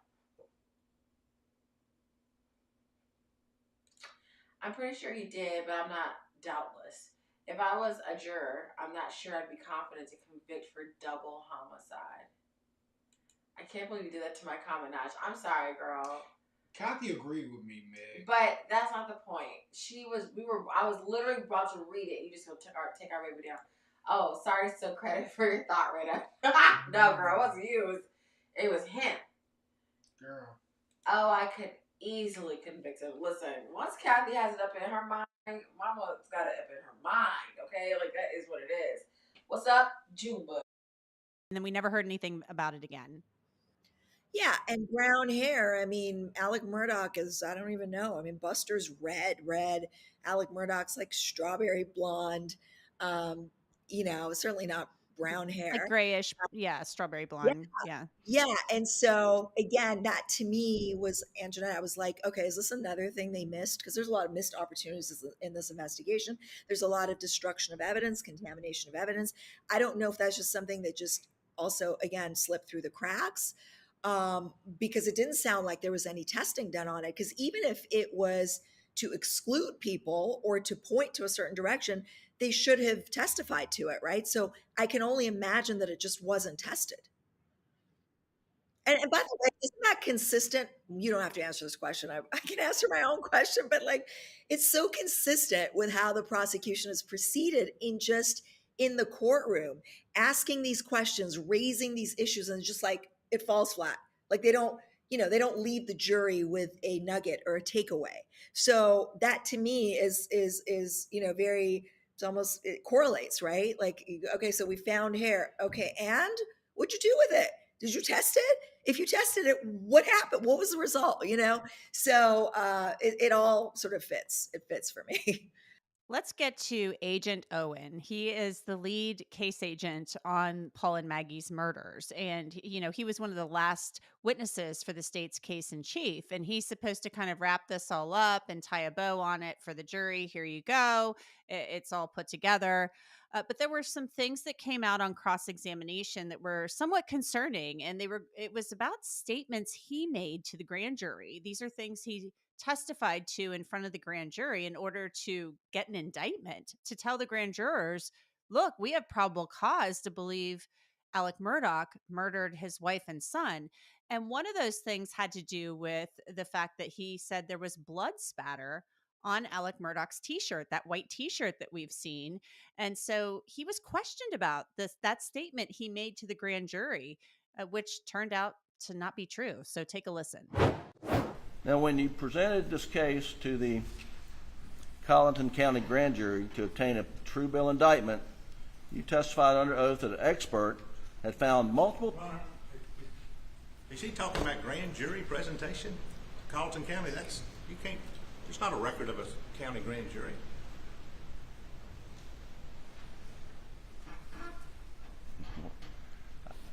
I didn't hear the complete question. It sounds objectionable, but let me hear the question. Well, let me lay a foundation.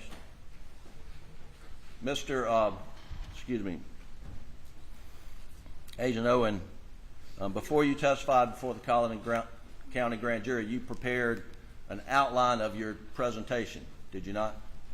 I did. And in that outline, you identified essentially a narrative of what you were going to tell the grand jury, correct? Yes. And did you follow that narrative? For the most part, yes. And in that narrative, didn't you state that an expert found multiple particles of blood spatter on the shoulders and front of Alec's shirt? Isn't that correct? Yes. And is that what you told the Islandton County Grand Jury? Yes. However, what SLED and this expert out in Oklahoma overlooked is Agent Zapata's confirmatory blood testing, about which she testified earlier in this trial, that out of 74 cuttings from Alec's t-shirt, 0 tested positive for human blood. Y'all completely overlooked the fact. Oh, wow. Oh, you soon, brother. You speak What too from the back? So basically, the SLED agent this is the doubt shit. So the SLED agent, the one that helped to get an indictment for Alex Murdaugh, had said in his testimony that part of the reason why he should be indicted for these charges is because there was human blood splatter found on his shirt. But upon actual DNA testing where they took 74 cuts and clippings from his shirt. There's not 1 fucking ounce of human blood. From the shirt that he wore before he changed it? From the shirt he wore when they came. So what he said, the officer said, when they found him, he had human blood splatter. And they tested that shirt. There was no human blood splatter. So it means he was lying, he was wrong, or whatever. Let me see what we have here. The prosecution has had to deal with all the evidence that takes a lot of time to present. I took a shower. Maggie said, Reina, question, as another woman with a lot of hair, how much weight does the hair found carry for you? Maggie was out and about with people, and I've gotten hair on shoulders being close by. Honestly, I find hair in places that you just don't even want to know about. Okay? Places I never thought my hair would want to go. Places my hair should never ever seen.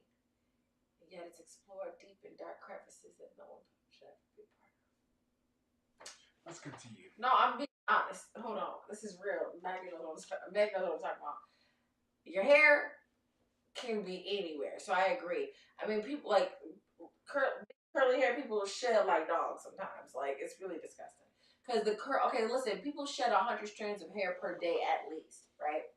And if you have curly hair, okay, it's kind of gets stuck in there. So it doesn't just like fall naturally when you brush your hair, because we don't brush our hair as much, because if you brush it, you brush out the curls and your hair looks bushy, then you walk around like Shaka Khan. So you gotta just like be careful. So, but even though it's like stuck in the curls, it's very easy for it to just finally, like if you do like one of these, it can just be out. Like in your ring, I've had hair stuck in my ring, and then like I'd be like, oh my god, I just do this. I might be throwing that on someone. I don't know. I don't know what I've done. Stop, Papa. Oh, I'm back. We back. It can be very dry and bland. This is why their cross of defense witnesses and rebuttal cases is going to be vital. Maybe it's like DNA. It was on her because he touched or brushed against someone. Maybe it got on her sleeve or arm and just ended up there. Exactly, Meg. Kathy said he changed clothes. That's what I think. He went up in there, took a shower, cleaned up. Well, here's the reality. They let this man do so much on his own. Like, they let him... They just did the initial questioning that let him go in. Yes, he could have changed clothes, but he was in different clothes by the time they got him in that car, so he'd already changed his clothes.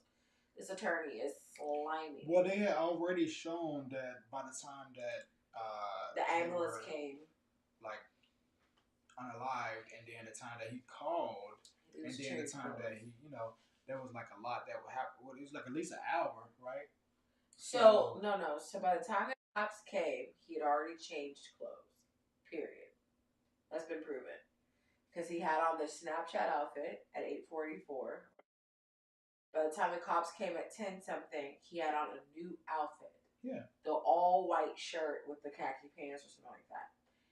The cop lied and said that there was blood splatter on the white shirt. Okay. There was no blood splatter on the white shirt. So he by him lying to get what he wanted, he fucked up the state. I don't know. We haven't got to that part yet. The clothes he had on when he found the bodies were different clothes, yet he had no blood, even though Alex said he checked and touched them both. Where were they clipping them? Just random spots, I'm assuming. Yes, he had another set of lies from Alex. Alex's pants are going to be on fire because he's a liar. Could have been dog hair. There were several dogs in the kennels the night of the murders. Especially Murdaughs. All right, yeah, guys, we got it. We got a lot of information. Let's just wrap this up. This will be our that when you did a human tracing test, 4 cuttings from Alex's T-shirt, 0 tested positive for human blood. Y'all completely overlooked the fact that when you did a human tracing test to confirm whether it's blood, it came up negative. And wasn't that overlooked? I had never seen that report. Well, when did you see the report? November of 2022. After Alec had been indicted and months from trial. Is that right? Yes. So, Sarah, we have Agent Owen under cross-examination by Jim Griffin, and I think everybody realizes that was a really good cross-examination by Jim Griffin, and he was able to get him to say, look, yeah, he told the grand jury this, and Owen kind of tried to say, well, that's what I thought at the time, and he didn't see this one report until last November that said it wasn't blood on the T-shirt, which seems like a really big deal. Alec Murdaugh's T-shirt tested negative for the presence of blood, although Maggie and Paul's DNA was found on his shirt along with one of the family friends. So your thoughts on how big of a deal that is for the defense and what the jurors might think of that? Just to be clear, I think Maggie and Paul's DNA were on his T-shirt. Right, but not blood. Correct. And look, yes, their DNA was on the shirt. Yeah, that was huge, Anjanette, because I don't care what side you're on, if you're taking sides to begin with, prosecution or defense, the idea that this is exculpatory, what we call Brady evidence, right? Grand jury decides whether there's probable cause to indict somebody. So even though it's a low standard, it's not proof beyond a reasonable doubt, it's still a standard, and it can make a difference between not indicting or indicting somebody. It's a critical piece of evidence. It's literally the blood that they had in this case, right? They thought they had, that was destroyed. He had an email about this confirmatory report. It wasn't even a presumptive test. It was the next step, next level test that said there's no human blood on this T-shirt, right? And he had it for 5 months in his email. Unclear whether he just didn't check or lost it. I call it the dog, ate my email excuse, right? It was embarrassing, and it was terrible, because it's one thing where you could say you have a liar on both sides of the case. You have Owens, the lead investigator, who said he used trickery, and he's allowed to use trickery. Well, okay, maybe with a defendant, but with the grand jury, with respect to how the guns are loaded, no, you're not allowed to use trickery there. Like, help me understand. What a fucking fool. Why would the cops say that there was blood on the white shirt? It's not like it was a red shirt, a blue shirt, what do you call that word? Sorry, maroon. Sorry, whatever. Like, it's not like it's something that you were literally confused. Like, it's a white shirt, and you're gonna just lie and like, I don't get that. Why would you do that? You literally just did them a disservice. Like, you gave them more ammo. For what? Like, what's the purpose? Like, you a cop. Look at that. You know that everything is being recorded. He's in the passenger seat of your vehicle with a camera. Like, is it a camera that he don't know that there's in there? Like, they can clearly see what's going on, his shirt and everything. Like, I don't know. I just think that this is just stupid.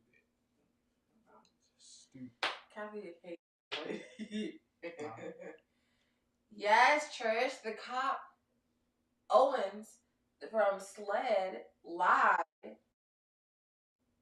and said that Alex had blood on his shirt when he did it.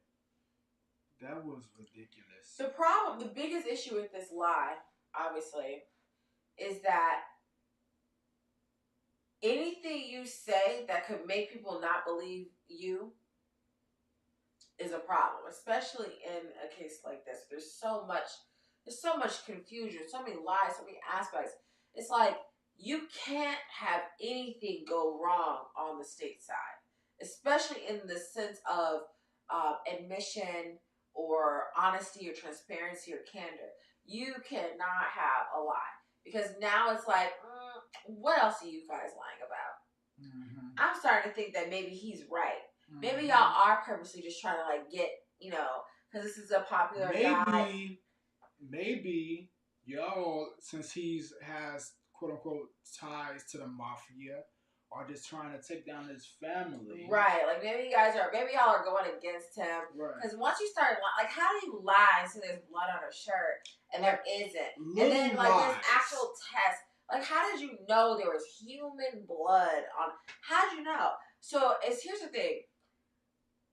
again, like, I can fully believe that this man did the crime, but when you, as like us as objective, logical human beings, it's one of the reasons why we all came together. We operate in logic, right? Logically, you are a fool to allow a lie to be presented in such an important case. You have jeopardized all of this shit. Like, you jeopardized them. So, you know, it's like the really fact that like stupid. it's one of those things where it's like you already winning, right? For example, like in basketball, I always relate everything to basketball. You're already up.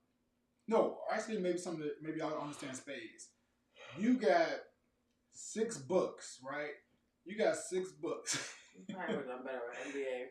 I'll do both. You got 6 books already, right? You playing spades, and you purposely renege. You purposely renege and then lose yourself 3 books, and then the other people like, or if you're already winning in a basketball game, and then you goaltend or something. Like, why give them more evidence to doubt all the future things that you're gonna say moving forward? To your example, I think it's more like you didn't purposely renege, but prior to the reneging, you did something that you knew someone may or may not find out about. Because the only way you can get called out for reneging is if someone else noticed that you did it. Mm-hmm. So it's almost like that's more like, I didn't renege on purpose. I mean, like, I did renege on purpose, but I purposely was assuming maybe no one would catch this. Mm-hmm. So it's like, I was like, fuck it, I'm gonna get this book, and then someone's gonna take 2 of my books later. Like, no, it was more so a, hopefully no one notices that I did this. Yeah, that's what I mean. Like, you just throw it like you're like. Because I need to win. Now, don't get me wrong. Do not get me wrong. I've done that. Really, he did it with me, I think, and I was very upset. That, and I took the book, and it actually helped us win. Because it was like, do that with me. Huh? Don't do that with me. I want to win. I'm talking fairly. about high school, shorty. Oh, I'm talking about high school. Like, there's been times. Well, I mean, it is fair if they don't get it. So maybe that's what the couples think. That's what cheaters think. Meg said, I'm with Naj. Why did they tell such an easily disproven lie? Don't lie, because you'll get caught, and that lie is all that will matter in regards to anything you say. Exactly, Meg. Exactly. Kathy said, Meg, exactly, should learn from Alex about what happens when you lie. Yeah. That could cost the state its case. What an idiot. Side note, right fast. Oh, no. Bye, Kathy.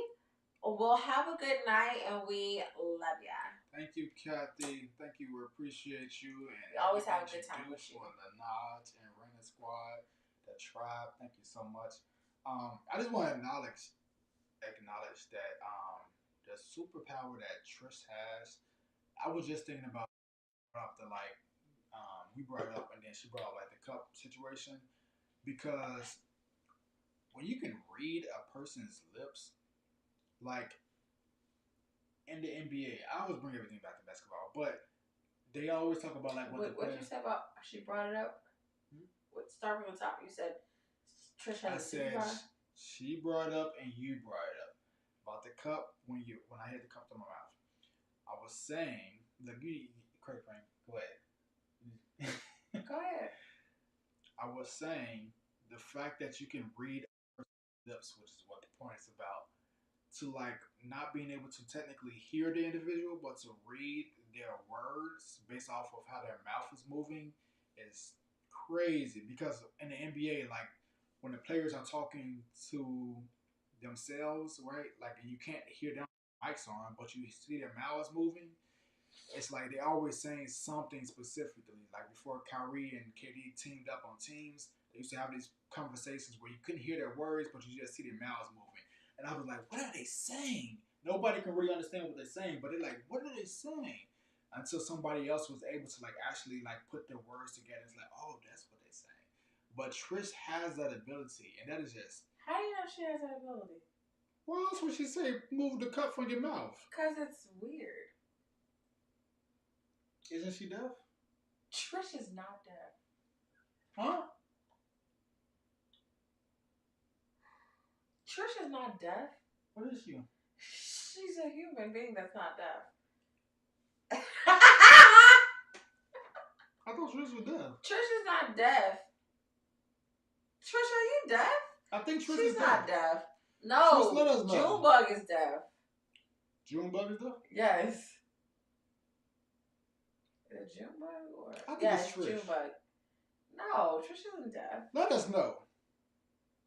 Am I tripping or is Reina tripping?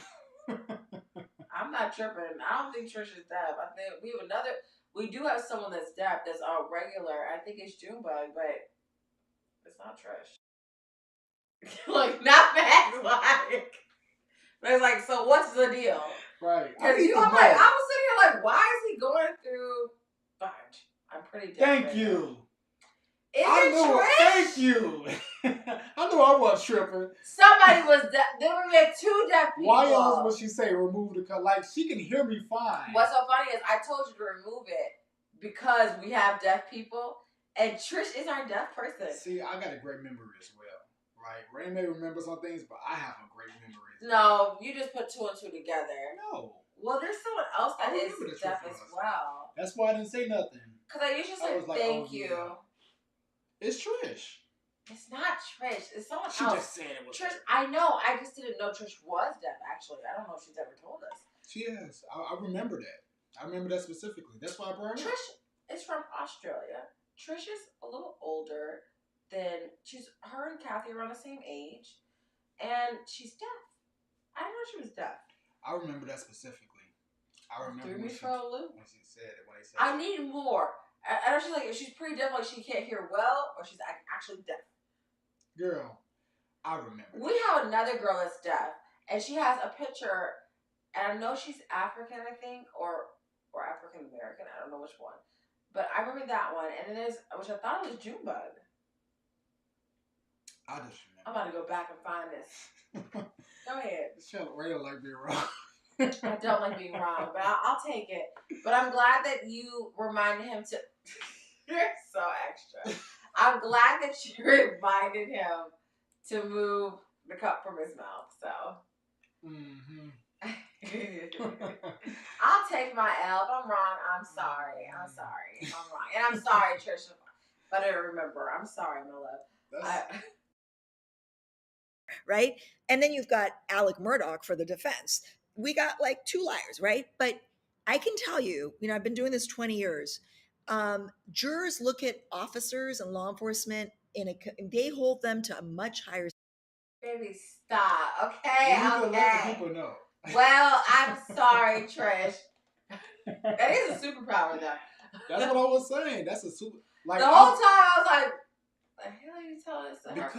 because I've always I've watched the NBA my whole entire life. They always done that. Okay, I get They'll it. like I'm sorry, talk, but you Trish. can never hear their words. I'm like, I don't I thought I know. could only like read what they're saying. Yeah. And she can do it. That's crazy. Well, thank you, Trish. I'm sorry about that, my love.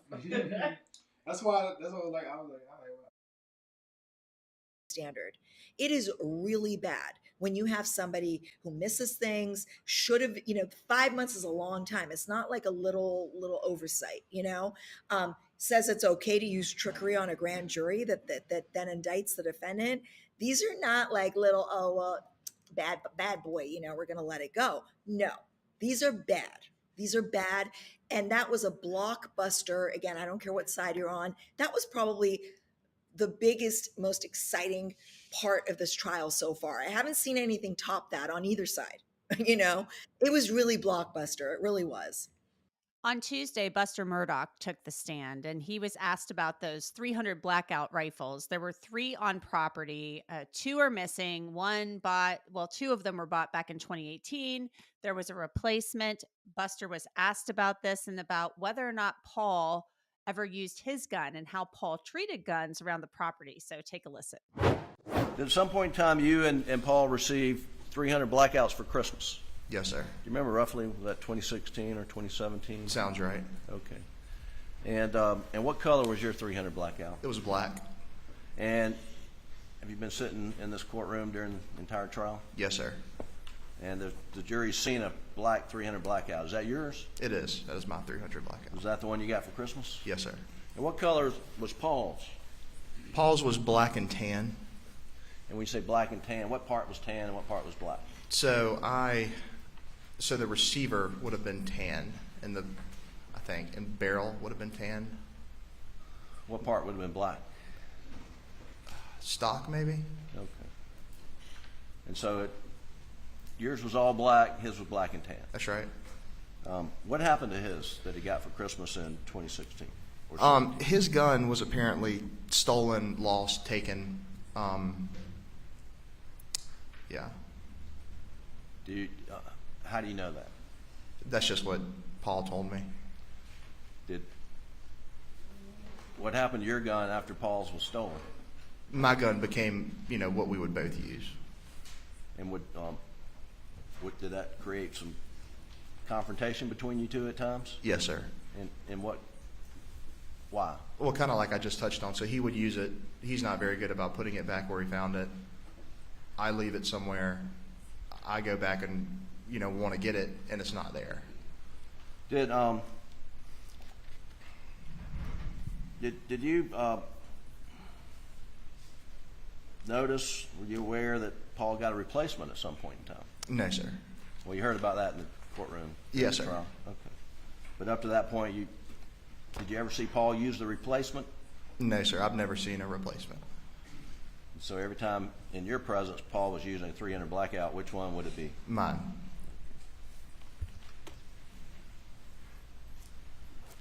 There's, I'm not going to pull these guns out, Buster, but there's been discussion, and the jury has seen a 12-gauge Benelli with a Mojo sticker on it. Whose gun is that? That's mine. And what's Mojo?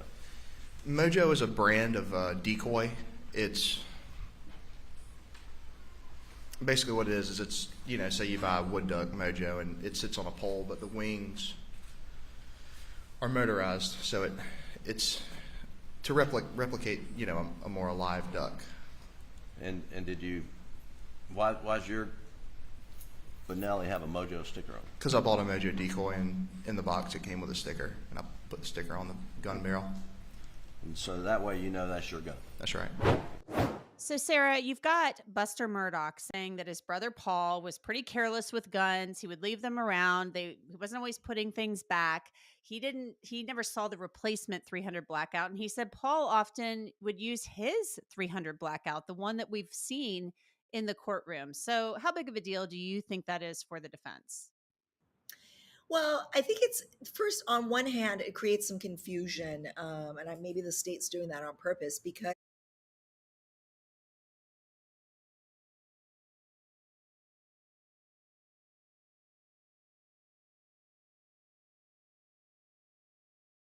they have never taken the position that it's Buster's 300 blackout. Okay. They're saying it was a blackout, 300 blackout that Paul had lost and then Alec had replaced. And then what they call the replacement gun was the murder weapon that again was lost or stolen, they say, and then it was never replaced again.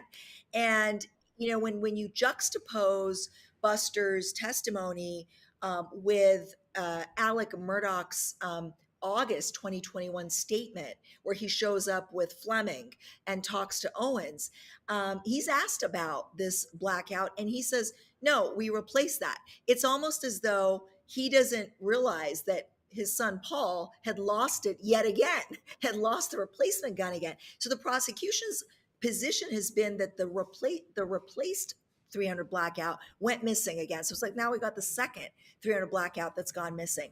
So listen, the best evidence of that could put a gun in Alec Murdaugh's hands, or two different guns, I should say, is blood spatter. It's high velocity blood spatter, and we don't have that. And when you talk about DNA and science, yeah, of course, jurors expect that in a double homicide trial, and we have zero. We really have zero science here. Finally, let's talk about the testimony of the expert witness in this case, who talked about the height of the shooter, what he believed the height of the shooter would be. Alec Murdaugh is a tall guy, 6'3", 6'4". They've been measuring him. Question. I don't know if it's been asked or answered already, should I say. I think it has been asked. We asked it. but I don't know if anyone has answered it, or maybe you answered it. Why hasn't anyone asked about the clothes that he had on earlier? Like, and why hasn't he brought it to? It has come up. What happened with it? So his maid, remember when he was trying to bring up the fact that there was a Snapchat video he was not aware of where he had different clothes on, and then it shows that he had different clothes on when he was in the video with Owen from Sled.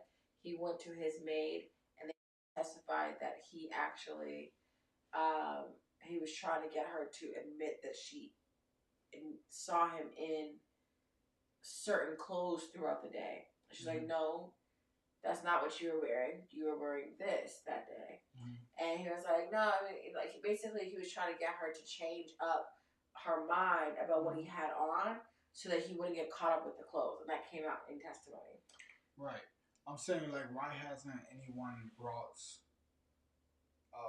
or why hasn't it been brought to attention? Or why hasn't he brought those goddamn clothes into the situation? Like, The clothes? You mean the clothes that he wore before? Yeah, the original clothes that he had on. Like, is he saying that they lost? Like, They're what's gone. he saying? They don't know where they are. But why is he allowed to just say that he can't find them, or that he don't know where they are? Like, and that in and of itself is so. a red. It's like a red flag. Like, you can't find the clothes you had on earlier. If like you're completely innocent. If I was innocent and I had on something, I changed my outfit, right? Because I train and stuff, so I'll switch up my clothes, whatever. And I know I'm innocent, I ain't did nothing. I'm like, yeah, no, here, it's right here. This is why there's such a conflict, because it's like, that sounds like you're guilty. Red flag. It sounds very But then it's like, but there's no science.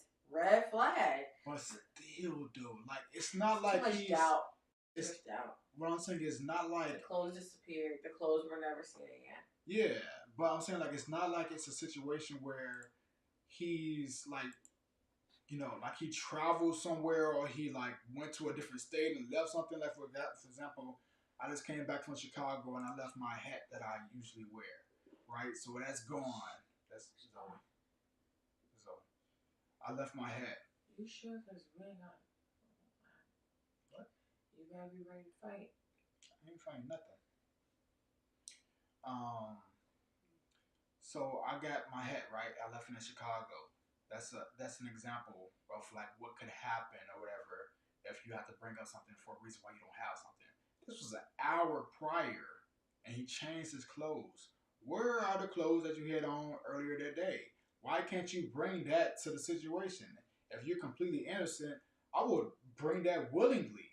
If I know for a fact I ain't did nothing, and this is something that happened to my wife and my kid, I'm bringing that up. I'm saying, like, here, check the clothes, look at it, dissect it, break it apart, like take whatever hair particles or whatever you need, because this is more to my point. Well, per, you know, our U.S. constitutional rights, I would not just be bringing it. Y'all can subpoena it, but otherwise. Well, I mean, like I said, if I know for a fact that I'm innocent. Well, they always say even if you think you're innocent, don't do that. But yes, I would produce it. If I'm innocent, I'm properly everything to your ass. Here's my clothes. That's when they start putting blood splatter on it just to get a conviction. So you gotta be careful. So what?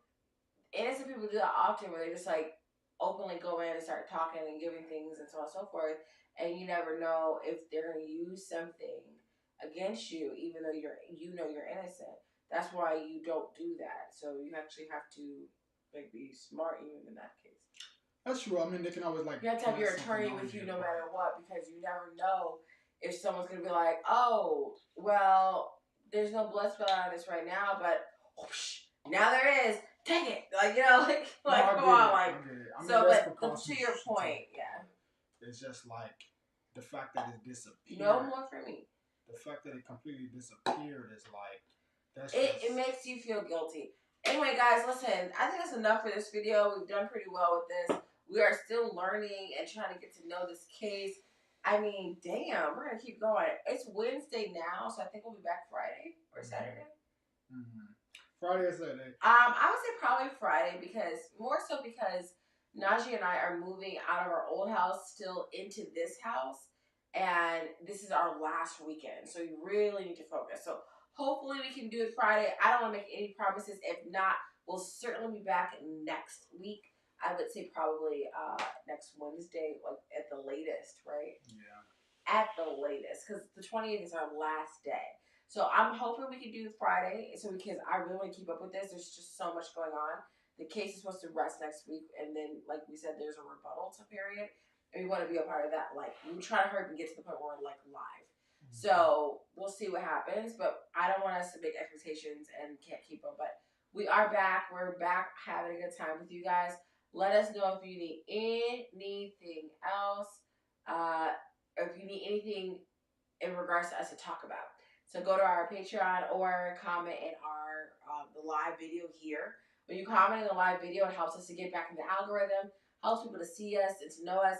And to be honest with you guys, the more people that know us, the longer we can stay on, the more we can do, because it makes it a little bit more worth our while when they can give us some incentives. So.